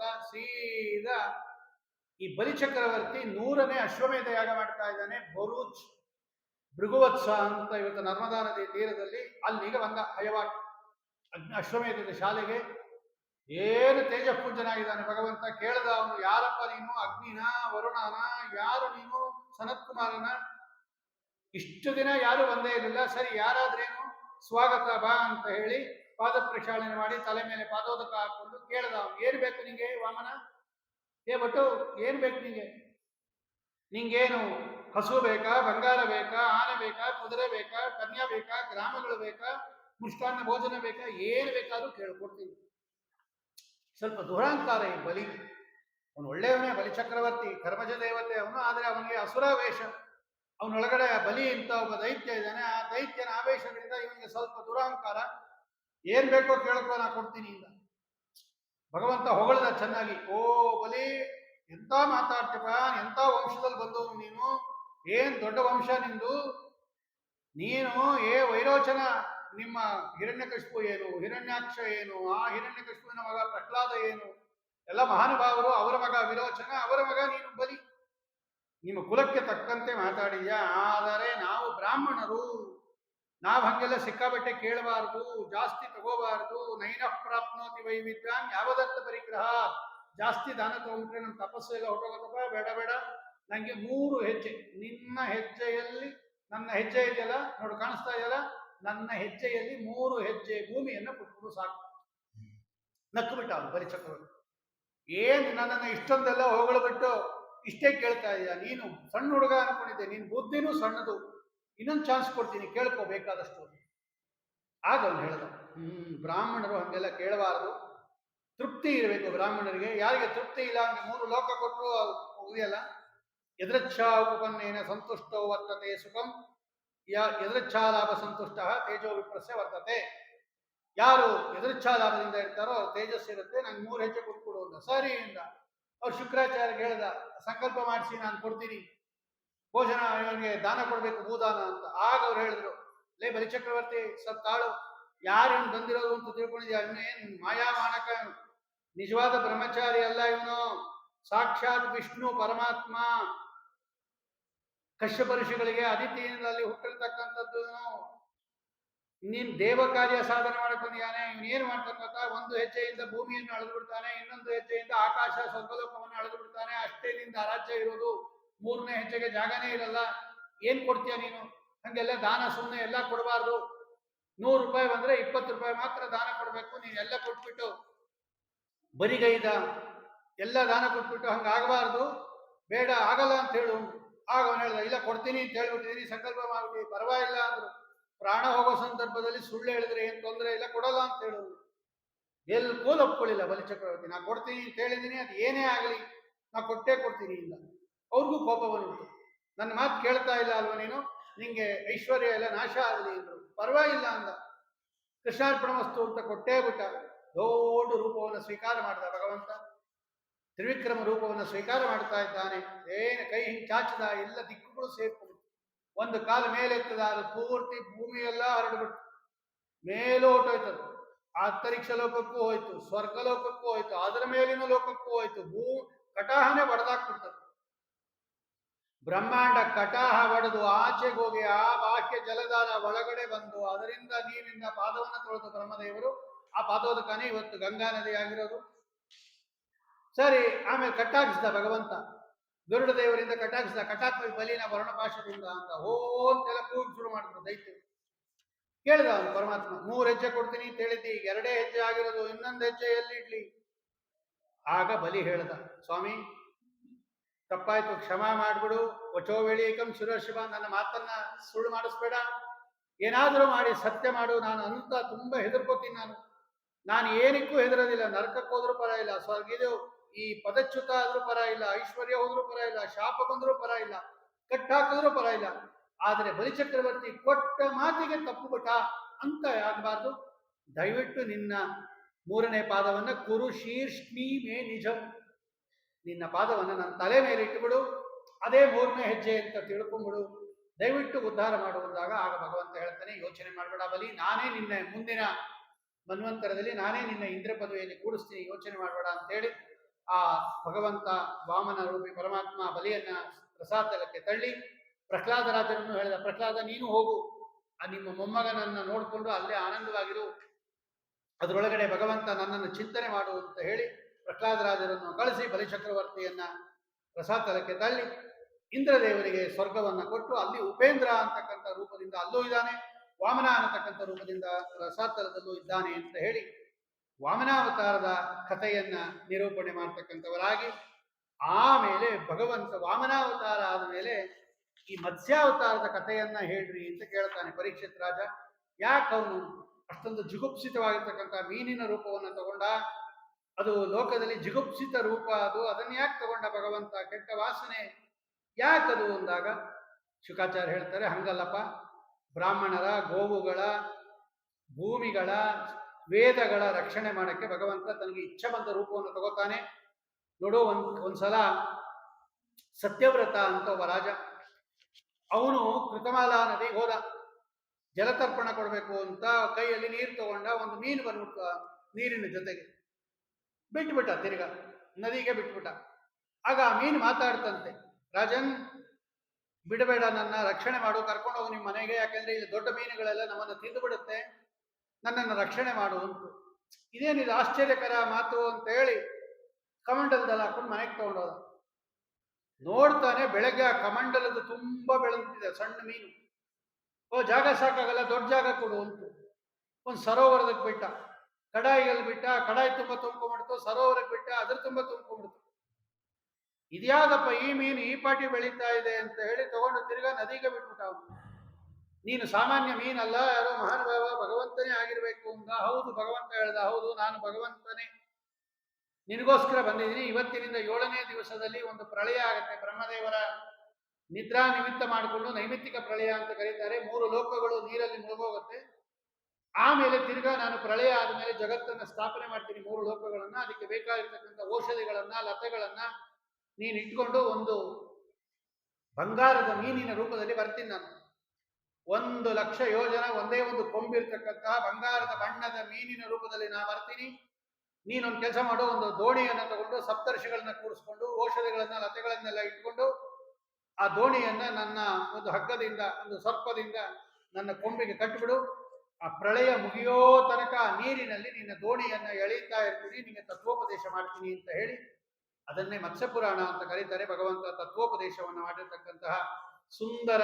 ಆಮೇಲೆ ಭಗವಂತ ಹಯಗ್ರೀವಾಸುರ ಅಂತ ಅಸುರನನ್ನು ಸಂಹಾರ ಮಾಡಿ ಬ್ರಹ್ಮದೇವರಿಗೆ ಮತ್ತೆ ವೇದವನ್ನ ಉಪದೇಶ ಮಾಡಿರ್ತಕ್ಕಂಥ ರೂಪ ಮತ್ಸ್ಯರೂಪ.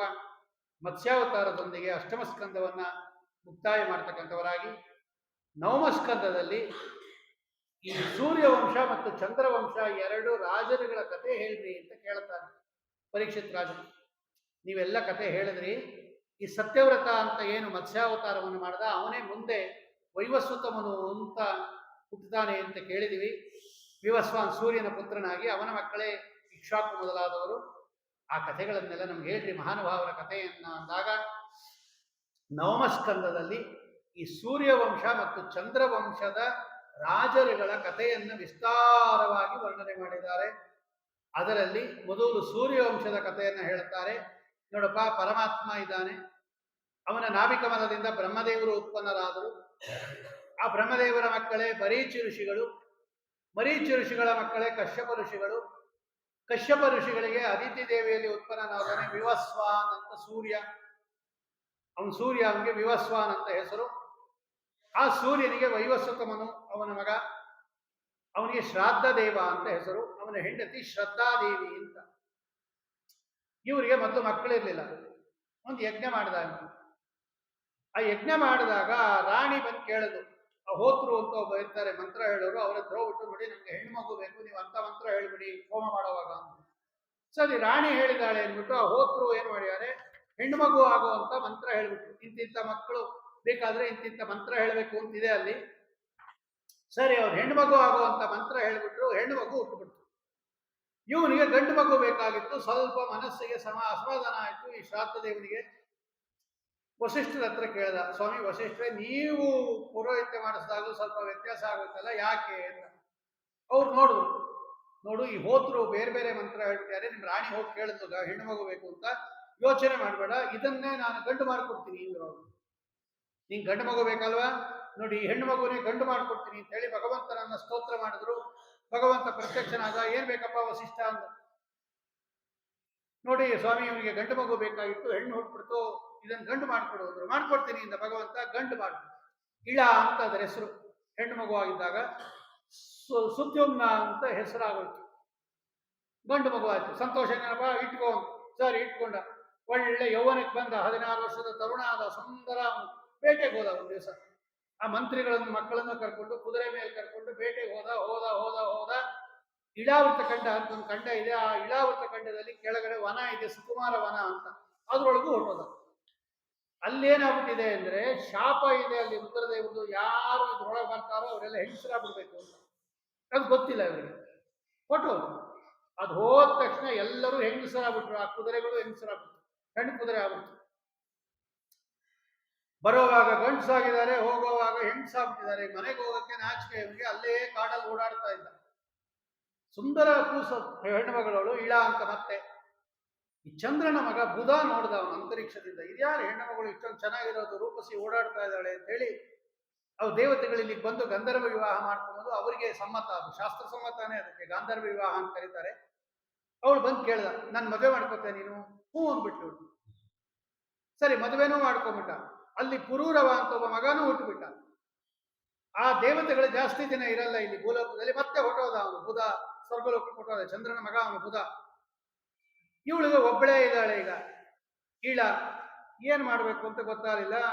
ಆಮೇಲೆ ಇವನು ಗೊತ್ತಾಯ್ತು, ಈ ನನ್ನ ಮಗಳು ತಿರ್ಗಾ ಮಗಳಾಗ್ಬಿಟ್ಟಿದ್ದಾಳೆ ಅಂತ ಗೊತ್ತಾಯ್ತು ಈ ಶ್ರಾದ್ದ ದೇವನಿಗೆ. ಮತ್ತೆ ವಸಿಷ್ಠ ಋಷಿಗಳ ಹತ್ರ ಹೋದ. ಶಿವ, ನೀವು ಮಾಡಿಕೊಟ್ಟಿದ್ರಿ, ತಿರ್ಗಾ ನೋಡಿ ಹೆಣ್ಣಾಗ್ಬಿಟ್ಟಿದೆ, ತಿರ್ಗಾ ಬದಲಾಯಿಸ್ಕೊಡ್ತೀರಾ ಅಂತ. ಸರಿ, ಅವರು ರುದ್ರದೇವರನ್ನ ಕುರಿತು ಪ್ರಾರ್ಥನೆ ಮಾಡಿದ್ರು. ರುದ್ರದೇವರು ಹೇಳಿದ್ರು, ನೋಡಿ ನಾನೇ ವರ ಕೊಟ್ಟಿರೋದು, ನಾನೇ ಶಾಪ ಕೊಟ್ಟಿರೋದು, ಇಲ್ಲಿ ಯಾರು ಬರ್ತಾರೋ ಅವರೆಲ್ಲ ಹೆಂಗಸರಾಗ್ಲಿ ಅಂತ, ಪಾರ್ವತಿ ದೇವಿಗೆ ಸಂತೋಷ ಆಗಲಿ ಅಂತ. ಈಗ ನಾನೇ ತಿರ್ಗಾ ಅದನ್ನ ವಾಪಸ್ ಮಾಡ್ಬಿಟ್ರೆ ಅವಳು ಕೋಪ ಬರುತ್ತೆ. ಪಾಪ ನೀವು ಮಾಡಿದ್ದೀರಾ, ಅವಳಿಗೂ ಬೇಕು. ಒಂದು ಕೆಲಸ ಮಾಡ್ರಿ, ಮಾಸ ಪುಮಾಂಸ ಭವಿತ ಸ್ತ್ರೀ ಮಾಸಂ ತಪಸಾತವ. ಇಷ್ಟು ಬೇಕಾದ್ರೆ ವ್ಯವಸ್ಥೆ ಮಾಡ್ಕೊಳ್ಬೋದು. 1 ತಿಂಗಳು ಗಂಡು, 1 ತಿಂಗಳು ಹೆಣ್ಣು.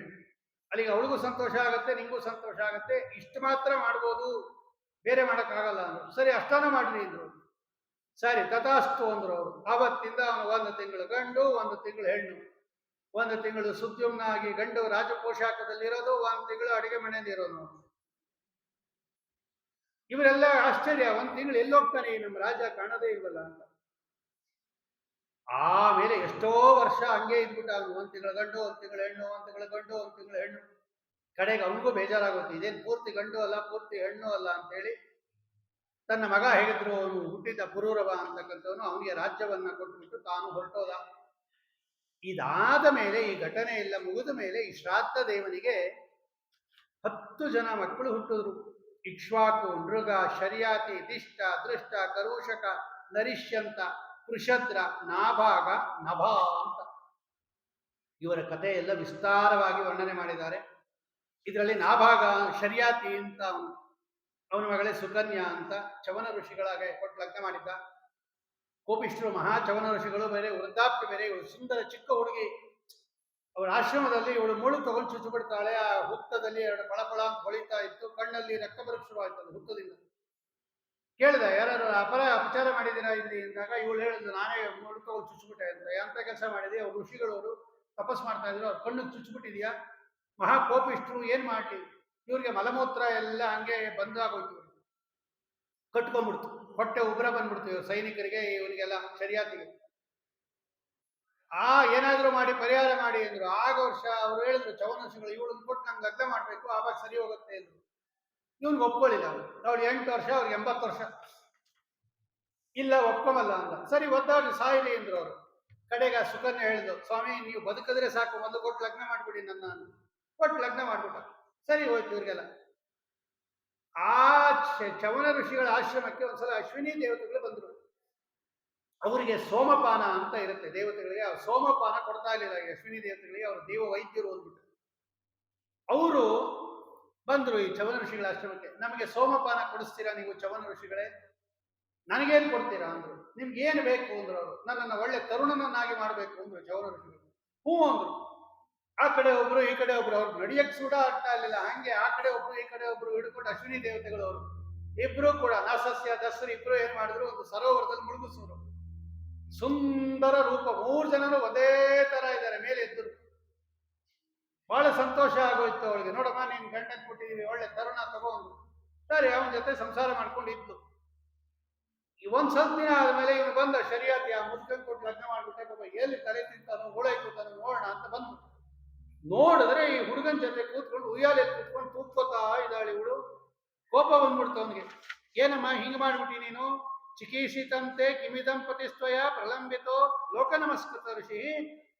ಆ ವಯಸ್ಸಾಗಿರ್ತಕ್ಕಂಥ ಅವ್ರು ಬೇಡ ಅಂದ್ಬಿಟ್ಟು ಅವ್ರನ್ನ ಬಿಟ್ಬಿಟ್ಟು ನೀನು ಯಾವುದೋ ಜಾರ ಪುರುಷನ ಜೊತೆ ಕೂತಿದ್ಯಲ್ಲ ಅಂದಾಗ ಅವಳು ನಗನಗತಾ ಹೇಳಿದ್ದು, ಇಲ್ಲ ಇಲ್ಲ ಇಲ್ಲ, ನಿಮ್ಮ ಅಳಿಯಂದ್ರೆ ಇವರೇ ಚವನ ಋಷಿಗಳು, ಅವರಿಗೆ ಕೊಟ್ಟು ಲಗ್ನ ಮಾಡಿದ್ದು, ಅವರಿಗೆ ಕಾರುಣ್ಯವನ್ನು ಪಡೆದಿದ್ದಾರೆ ಅಂತೇಳಿ ಬಹಳ ಸಂತೋಷಪಟ್ಟ. ಆಮೇಲೆ ಅವರು ಯಜ್ಞ ಮಾಡಿ ಅಶ್ವಿನಿ ದೇವತೆಗಳಿಗೆ ಆಹುತಿಯನ್ನು ಕೊಡಿಸ್ತಾರೆ. ರುದ್ರದೇವರು ಅಡ್ಡಿ ಮಾಡಿದಾಗ ಅವರ ಕೈಯನ್ನು ಸ್ತಂಭನ ಮಾಡಿಸಿ ಕೊಡಕ್ಕೆ ಒಪ್ಕೊಂಡ್ರು.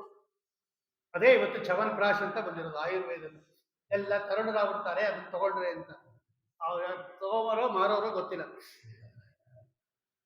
ಒಟ್ಟಿನಲ್ಲಿ ಅವ್ರ ಹೆಸರಲ್ಲೇ ಇವತ್ತು ಅದು ಚೂರ್ಣ ಮಾಡ್ತಾ ಇರೋದು ಆಯುರ್ವೇದದವರು. ಚವನ ಋಷಿಗಳು ತರುಣ ಆಗಿದ್ದಂತೂ ಭಾಗವತದಲ್ಲಿದೆ. ಆಮೇಲೆ ಉತ್ಕೃಷ್ಟವಾಗಿರ್ತಕ್ಕಂತಹ ರೀತಿಯಲ್ಲಿ ಶರಿಯಾತಿ, ಅವನ ವಂಶದಲ್ಲಿ ಬಂದಿರತಕ್ಕಂಥವನೇ ಅನೇಕ ಜನ ಜ್ಞಾನಿಗಳು ಬರ್ತಾ ಇದ್ದಾರೆ. ನಾಭಾಗ ಅಂತ, ನಾಭಾಗನ ಮಗನೇ ಅಂಬರೀಷ. ಅಂಬರೀಷನ ಕಥೆ ನಿಮಗೆಲ್ಲ ಗೊತ್ತು. ಏಕಾದಶಿ ಮಹಾನುಭಾವ ಅವನು. ಸವೈಮನ ಕೃಷ್ಣ ಪದಾರವಿಂದಯೋ ವಚಾಂಸಿ ವೈಕುಂಠ ಗುಣಾನುವರ್ಣನೆ ಕರೌ ಹರೇರ್ಮಂದಿರ ಮರ್ಜನಾದಿಶು ಶ್ರುತಿಂ ಚಕಾರಾಚ್ಯುತ ಸತ್ಕತೋದಯೇ. ಮಹಾ ದೊಡ್ಡ ಚಕ್ರವರ್ತಿ, ಸಪ್ತದೀಪ ಚಕ್ರವರ್ತಿ. ತಾನೇ ಎಲ್ಲ ಕೆಲಸ ಮಾಡೋನಂತೆ ನೋಡ್ರಿ ಅವನು. ದೇವರ ಕೆಲಸ ತಾನೇ ಮಾಡೋನಂತೆ. ಆ ಏಕಾದಶಿ ವ್ರತ ಮಾಡೋನು ಪ್ರತಿ ಕಾರ್ತಿಕ ಮಾಸದಲ್ಲಿ ಒಂದು ಸಲ ಉದ್ಯಾಪನೆ ಮಾಡೋನು. ಅದು ನಿತ್ಯ ವ್ರತ, ಆದರೂ ಒಂದು ಉದ್ಯಾಪನೆ ಅಂತ ಮಾಡಿ ಬೇಕಾದಷ್ಟು ಕೋಟಿ ಕೋಟಿ ಗೋದಾನ ಮಾಡೋನು. ಒಂದ್ಸಲ ಇವರು ಬಂದುಬಿಟ್ರು ದೂರ್ವಾಸ ಋಷಿಗಳು. ಇನ್ನೇನು ಪಾಲನೆ ಮಾಡಬೇಕು ಅಂತಾನೆ ಬನ್ರಿ ಇದ್ರು. ಅವ್ರು ಬರ್ತೀವಿ ಅಂದ್ರು. ಯಮುನಾ ನದಿಗೆ ಹೋಗಿ ಧ್ಯಾನ ಮಾಡ್ತಾ ಕೂತ್ಬಿಟ್ರು. ಇವ್ರು ಗೊತ್ತಾಗ್ಬಿಡ್ತು. ನೋಡ್ದ ಅವನು. ಅಂತ ಆಪತ್ಕಾಲದಲ್ಲಿ ಏನ್ ಮಾಡ್ಬೇಕು ಅಂದ್ರೆ ಅಬ್ಬಕ್ಷ ನೀರು ಕುಡಿದು ಬಿಟ್ರೆ ಪಾಲನೆ ಆದಂಗೆ ಆಗತ್ತೆ ಅಂತ ಜಲಪಾಲನೆ ಮಾಡ್ಬಿಟ್ಟ. ಬಂದ್ರು, ಕೋಪ ಆಗೋಯ್ತು. ನನ್ನ ಬಿಟ್ಟು ಪಾಲನೆ ಮಾಡಿದ ಅಂತೇಳಿ ಒಂದು ಕೃತ್ಯವನ್ನು ಸೃಷ್ಟಿ ಮಾಡಿ ಕಳಿಸಿದ್ರು ಅಂಬರೀಷನ ಕಡೆ. ಅಂಬರೀಷ ನಿಂತ ಜಾಗ ಬಿಟ್ಟು ಕದಲಿಲ್ಲ. ಭಗವಂತನ ಚಕ್ರ ಪ್ರಾರ್ಥನೆ, ಭಗವಂತ ಆದೇಶ ಕೊಟ್ಟ. ಆ ಚಕ್ರ ಅವನ ತಿರುತ್ತು, ಗದ ಗದ ಗದ ತಿರುಗ್ತಾ ಬಂತು. ಈ ದುರ್ವಾಸರನ್ನ ಹತ್ರ ಓಡಿಸ್ಬೇಕು. ಮೊದಲು ಆ ಕೃತ್ಯವನ್ನು ಸಂಹಾರ ಮಾಡಿ ಎಲ್ಲೆಲ್ಲಿ ಹೋದ್ರೂ ಅಟ್ಟಿಸ್ಕೊಂಡ್ ಬರ್ತಾ ಇದ್ದಾರೆ. ಕಡೆಗೆ ಅವರು ನಾಭಾಗರಾಜನ ಹತ್ರ, ಅಂದ್ರೆ ಅಂಬರೀಷನ ಹತ್ರನೇ ಬಂದು ತಪ್ಪಾಯ್ತು ಅಂತ ಹೇಳಿ, ಆಗ ಏಕಾದಶಿ ಮಾಡಿದವ್ರನ್ನ ಭಗವಂತ ಎಷ್ಟು ರಕ್ಷಣೆ ಮಾಡ್ತಾನೆ ಅನ್ನೋದರಲ್ಲಿ ಮಾತ್ರ ತಾತ್ಪರ್ಯ. ಅಂಬರೀಷನಿಗಿಂತ ಕೋಟಿ ಕೋಟಿ ಪಟ್ಟು ರುದ್ರದೇವರು ಉತ್ತಮರು, ಆಚಾರ್ಯ ಬರೀತಾರೆ ತಾತ್ಪರ್ಯದಲ್ಲಿ. ಆಮೇಲೆ ಇಕ್ಷ್ವಾಕು ಅನ್ನೋನು ದೊಡ್ಡ ಮಗ, ಅವನ ಮಗ ವಿಕುಕ್ಷಿ. ಅವನು ವೈವಸ್ವತವನು ಆಕ್ಷಿ ಅಂತ ಸಿಯಿಂದಾಗ ಅವನು ಮೂಗಿನಿಂದ ಬಂದವನು ಅವನು ಇಕ್ಷ್ವಾಕು. ಅವನ ಮಗ ವಿಕುಕ್ಷಿ ಅಂತ. ಅವನ ಮಗ ಯುವನಾಶ್ವ, ಅವನ ಮಗ ಮಾಂಧಾತ, ಅವನ ಮಗ ಪುರುಕುತ್ಸ, ಅವನ ಮಗ ತ್ರಸದಸ್ಸು, ಅವನ ಮಗ ಅನರಣ್ಯ, ಅವನ ಮಗ ಹರಿಯಶ್ವ, ಅವನ ಮಗ ಅರುಣ, ಅವನ ಮಗ ತ್ರಿಬಂಧುರ, ಅವನ ಮಗ ಸತ್ಯವ್ರತ. ಇವನಿಗೆ ತ್ರಿಶಂಕು ಅಂತ ಹೆಸರು. ಅವನ ಮಗನೇ ಹರಿಶ್ಚಂದ್ರ, ಅವನ ಮಗ ರೋಹಿತ. ರೋಹಿತಪುರ ಅಂತಾನೆ ಕಟ್ಟಿದವನು ಹರಿತ. ಅವನ ಮಗ ಚಂಪ, ಅವನ ಮಗ ಸುದೇವ, ಅವನ ಮಗ ವಿಜಯ, ಅವನ ಮಗ ತರುಕ, ಅವನ ಮಗ ವೃಕ, ಬಾಹುಕ, ಸಗರ. ಇವ್ರದೆಲ್ಲ ದೊಡ್ಡ ಕಥೆ ಇದೆ ನವಮಸ್ಕಂದದಲ್ಲಿ. ಒಬ್ಬೊಬ್ರದ್ದು ನನ್ನ ಚರಿತ್ರೆ. ಅವ್ರಿಗೆ ಯಾಕೆ ಆ ಹೆಸರು ಬಂತು ಅಂತ. ಅವನ ಮಗನೇ ಅಸಮಂಜಸ. ಈ ಅಶ್ವಮೇಧ ಯಾಗ ಮಾಡಿದಾಗ ಎಲ್ಲ ಕಟ್ಟಾಕ್ಬಿಟ್ರು ಕುದುರೆ. ಈ ಇಂದ್ರದೇವರು ಬಂದು ಇವನನ್ನು ಕಳಿಸ್ದ. ಅಂಶುಮಂತ ಅಂತ ಅವನ ಮಗ, ಅವನು ಹೋದ, ಆಗ್ಲಿಲ್ಲ ಅವನಿಗೆ. ಅವನ ಮಗ ದಿಲೀಪ, ಅವನಿಗೂ ಕರ್ಕೊಂಬರಕ್ಕಾಗ್ಲಿಲ್ಲ. ಅವನ ಮಗನೇ ಭಗೀರಥ. ಏನಾದ್ರೂ ಮಾಡಿ ನಾನು ಕರ್ಕೊಂಬರ್ತೀನಿ ಕುದುರೆ ಅಂತ ಹೇಳಿ ಕುದುರೆನೂ ಕರ್ಕೊಂಬಂದ. ಇವನಿಗೆ 60,000 ಜನ ಮಕ್ಕಳು ಸಗರನಿಗೆ ಎಲ್ಲ ಭಸ್ಮ ಆಗ್ಬಿಟ್ಟಿದ್ರು ಕಪಿಲರೂಪಿ ಪರಮಾತ್ಮನ ಕೋಪದಿಂದ. ಅವ್ರನ್ನ ಕರ್ಕೊಂಬರ್ಬೇಕು, ಏನ್ ಮಾಡ್ಬೇಕು ಅಂದಾಗ ಅವರ ಮೇಲೆ ಗಂಗಾ ನದಿ ಹರಿದರೆ ಮಾತ್ರ ಉದ್ಧಾರ ಆಗ್ತಾರೆ ಎಂದು. ಸರಿ, ಇವನು ಪ್ರಾರ್ಥನೆ ಮಾಡಿ ಗಂಗೆಯನ್ನ ದೇವಲೋಕದಿಂದ ಭೂಲೋಕಕ್ಕೆ ಗಂಗೆಯನ್ನು ತರಿಸಿರ್ತಕ್ಕಂಥ ಮಹಾನುಭಾವ ಅವನು ಭಗೀರಥ ಮಹಾರಾಜ. ಅವನ ವಂಶದಲ್ಲಿ ಬಂದಿರತಕ್ಕಂತಹ ಅನೇಕ ಜ್ಞಾನಿಗಳು, ಅವರ ವಂಶದಲ್ಲಿ ಬಂದಿರತಕ್ಕಂಥವರೇ ಶ್ರುತ, ನಾಭ, ವರ, ಸಿಂಧುದ್ವೀಪ, ಆಯುತಾಯು, ಋತುಪರ್ಣ, ಸರ್ವಕಾಯ, ಸುದಾಸ, ಸೌದಾಸ, ಅರುಕ, ಮೂಲಕ, ದಶರಥ ಏಲಬಿಲ ಕಟ್ವಾಂಗ ದೀರ್ಘಬಾಹು ರಘು ಅಜ ದಶರಥ ಅವನ ಮಗನಾಗಿ ಭಗವಂತ ರಾಮರೂಪದಿಂದ ಭೂಮಿಯಲ್ಲಿ ಅವತಾರ ಮಾಡ್ತಾ ಇದ್ದಾನೆ ಸ್ವಾಮಿ. ಅವನ ಮಗ ಉತ್ಕೃಷ್ಟವಾಗಿರ್ತಕ್ಕಂತಹ ರೀತಿಯಲ್ಲಿ ರಾಮದೇವರ ವಂಶ ಕುಶನಿಂದ ಮುಂದುವರಿತು. ಕುಶ, ಅತಿಥಿ, ನಿಷಧ, ನಲ, ಪುಂಡರೀಕ, ಕ್ಷೇಮಧನ್ವ, ದೇವಾನೀಕ, ಆನೀಕ, ಪಾರಿಬರ್ಹ, ಬಲಸ್ತನ, ವಜ್ರನಾಭ, ಆರ್ತ, ಸಗುಣ, ವಿದೃತ, ಹಿರಣ್ಯನಾಭ, ಕಡೆಗೆ ಸುಮಿತ್ರ ಅಂತ ಒಬ್ಬ ಬರ್ತಾನೆ. ಅವನೊಂದಿಗೆ ಈ ಇಕ್ಷ್ವಾಕು ವಂಶ ಮುಕ್ತಾಯ ಆಗತ್ತೆ ಅಂತ ಹೇಳಿ ಈ ಸೂರ್ಯವಂಶದ ಕಥೆಯನ್ನ ಹೇಳಿದ ಮೇಲೆ ಚಂದ್ರವಂಶದ ಕಥೆಯನ್ನ ಹೇಳುತ್ತಾರೆ. ನಾರಾಯಣ ದೇವರಿಂದ ಬ್ರಹ್ಮದೇವರು ಉತ್ಪನ್ನರಾದರು. ಬ್ರಹ್ಮದೇವರಿಂದ ಅತ್ರಿ ಋಷಿಗಳು. ಅತ್ರಿ ಋಷಿಯ ಮಗನೇ ಚಂದ್ರ. ಚಂದ್ರನ ಮಗ ಬುಧ. ಬುಧನ ಮಗ ಪುರೂರವ. ಈಗಾಗಲೇ ನಾವು ನೋಡಿದೀವಿ. ಇಳಾದೇವಿಯಲ್ಲಿ ಉತ್ಪನ್ನನಾದವನು ಪುರೂರವ. ಪುರೂರವನಿಗೆ ಊರ್ವಶಿ ಹೆಂಡತಿ. ಆ ಊರ್ವಶಿಯಲ್ಲಿ ಆಯು, ಶ್ರುತಾಯು, ಸತ್ಯಾಯು, ರಯ, ವಿಜಯ, ಜಯ ಅಂತ 6 ಜನ ಮಕ್ಕಳು. ಆ ಆಯುವಿನ ಮಗನೇ ಉತ್ಕೃಷ್ಟವಾಗಿರ್ತಕ್ಕಂಥ ಇವರ ವಂಶದಲ್ಲಿ ಗಾದಿ ಅಂತ ಒಬ್ಬ ರಾಜ ಬರ್ತಾನೆ, ಇಂದ್ರದೇವರು. ಆ ಗಾದಿ ಮಗಳೇ ಸತ್ಯವತಿ. ಅದನ್ನು ಋಷಿಕರಿಗೆ ಕೊಟ್ಟು ಲಗ್ನ ಮಾಡಿರ್ತಾರೆ. ಅಲ್ಲಿ ಜಮದಗ್ನಿ ರೇಣುಕಾ, ಅಲ್ಲಿ ಪರಶುರಾಮ ರೂಪದಿಂದ ಭಗವಂತ ಅವತಾರ ಮಾಡ್ತಾ ಇದ್ದಾನೆ. ವಿಶ್ವಾಮಿತ್ರ ಋಷಿಗಳು ಅವತಾರ ಮಾಡ್ತಾರೆ. ಆಯುವಿನ ಮಗನೇ ನಹುಷ. ನಹುಷನ ಮಗ ಯಯಾತಿ. ಯಯಾತಿಗೆ 2 ಹೆಂಡತಿಯರು, ದೇವಯಾನಿ ಮತ್ತು ಶರ್ಮಿಷ್ಠ ಅಂತ. ದೇವಯಾನಿಯಲ್ಲಿ ಯದು ಮತ್ತು ತುರ್ವಸು ಅಂತ 2 ಗಂಡು ಮಕ್ಕಳು. ಇದರಲ್ಲಿ ದೃಶ್ಯು, ಆನು, ಪೂರು ಅಂತ 3 ಜನ ಗಂಡು ಮಕ್ಕಳು. ಅದರಲ್ಲಿ ತನ್ನ ತಂದೆಗೆ ತನ್ನ ಯೌವನವನ್ನು ಕೊಟ್ಟು ಮುದಿತನವನ್ನು ತಗೊಂಡಿರ್ತಕ್ಕಂಥವರು ಪೂರು. ಅವರ ವಂಶದಲ್ಲಿ ಬಂದಿರತಕ್ಕಂಥವರೇ ಇವರೆಲ್ಲ ಪಾಂಡವರು. ಕುರುವಂಶದಲ್ಲಿ ದುಷ್ಯಂತ, ಅವನ ಹೆಂಡತಿ ಶಕುಂತಲ, ಅಲ್ಲಿ ಬಂದಿರತಕ್ಕಂಥವನೇ ಭರತ ಚಕ್ರವರ್ತಿ, ಅಲ್ಲಿ ಬಂದಿರತಕ್ಕಂಥವನೇ ರಂತಿದೇವ. ಅವನ ಕಥೆಯೆಲ್ಲ ಹಿಂದೆ ಹೇಳಿದ್ದೀವಿ ನಾವು. ಅವರ ವಂಶದಲ್ಲಿ ಬಂದಿರತಕ್ಕಂಥವರೇ ಪ್ರತೀಪ, ಶಂತನು, ಆಮೇಲೆ ಚಿತ್ರಾಂಗದ, ವಿಚಿತ್ರವೀರ್ಯ, ಧೃತರಾಷ್ಟ್ರ, ಪಾಂಡವರು. ಅವನ ಮಗನೇ ಉತ್ಕೃಷ್ಟವಾಗಿರ್ತಕ್ಕಂಥ ಅಭಿಮನ್ಯು. ಅವನ ಮಗನೇ ನೀನು ಅಂತಲೂ ಹೇಳಿಬಿಡ್ತಾರೆ ಶುಕಾಚಾರ್ಯ. ಇಷ್ಟು ನಿನ್ನ ಕಥೆನೇ ಹೇಳಿದ್ದೀನಿ ಅಂತ ಹೇಳಿ ಆಮೇಲೆ ಯದುವಿನ ವಂಶದ ಕಥೆಯನ್ನು ಹೇಳಿ, ಯದುವಿನ ವಂಶದಲ್ಲಿ ಅನೇಕ ರಾಜರುಗಳು ಬಂದರು. ಅದರಲ್ಲಿ ಬಂದಿರತಕ್ಕಂಥವನೇ ಮಹಾನುಭಾವ ಶೂರರಾಜ ಅಂತ. ಶೂರರಾಜನ ಮಗನೇ ವಸುದೇವ. ದೇವಕನ ಮಗಳು ದೇವಕಿ. ಈ ಶೂರರಾಜನ ಮಗಳಾಗಿರ್ತಕ್ಕಂತಹ ವಸುದೇವನಿಗೆ ದೇವಕನ ಮಗಳಾಗಿರ್ತಕ್ಕಂತಹ ದೇವಕಿಯನ್ನು ಕೊಟ್ಟು ಲಗ್ನ ಮಾಡ್ತಾರೆ. ಅಲ್ಲಿ ಉತ್ಕೃಷ್ಟವಾಗಿರ್ತಕ್ಕಂತಹ 6 ಜನ ಮಕ್ಕಳು ಮೊದಲು ಹುಟ್ಟುತ್ತಾರೆ.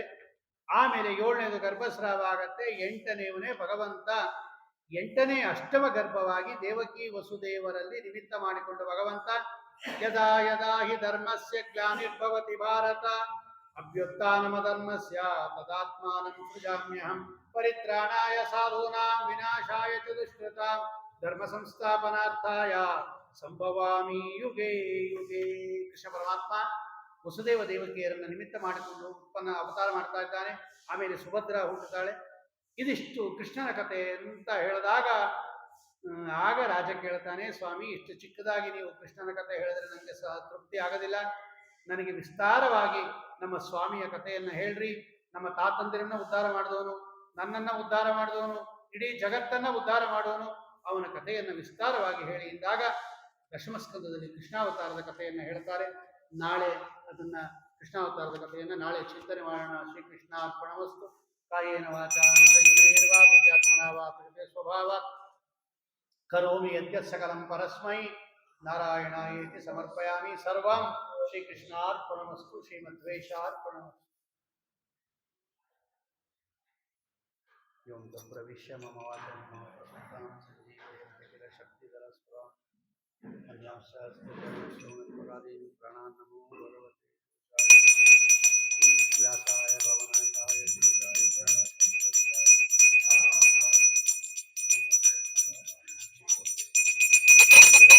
ದುರ್ಜಾಯತೆ ಪ್ರಜ್ಞೋ ಸಕಲವಚನ ಭಾರತೀ ಸಾ ಮಮ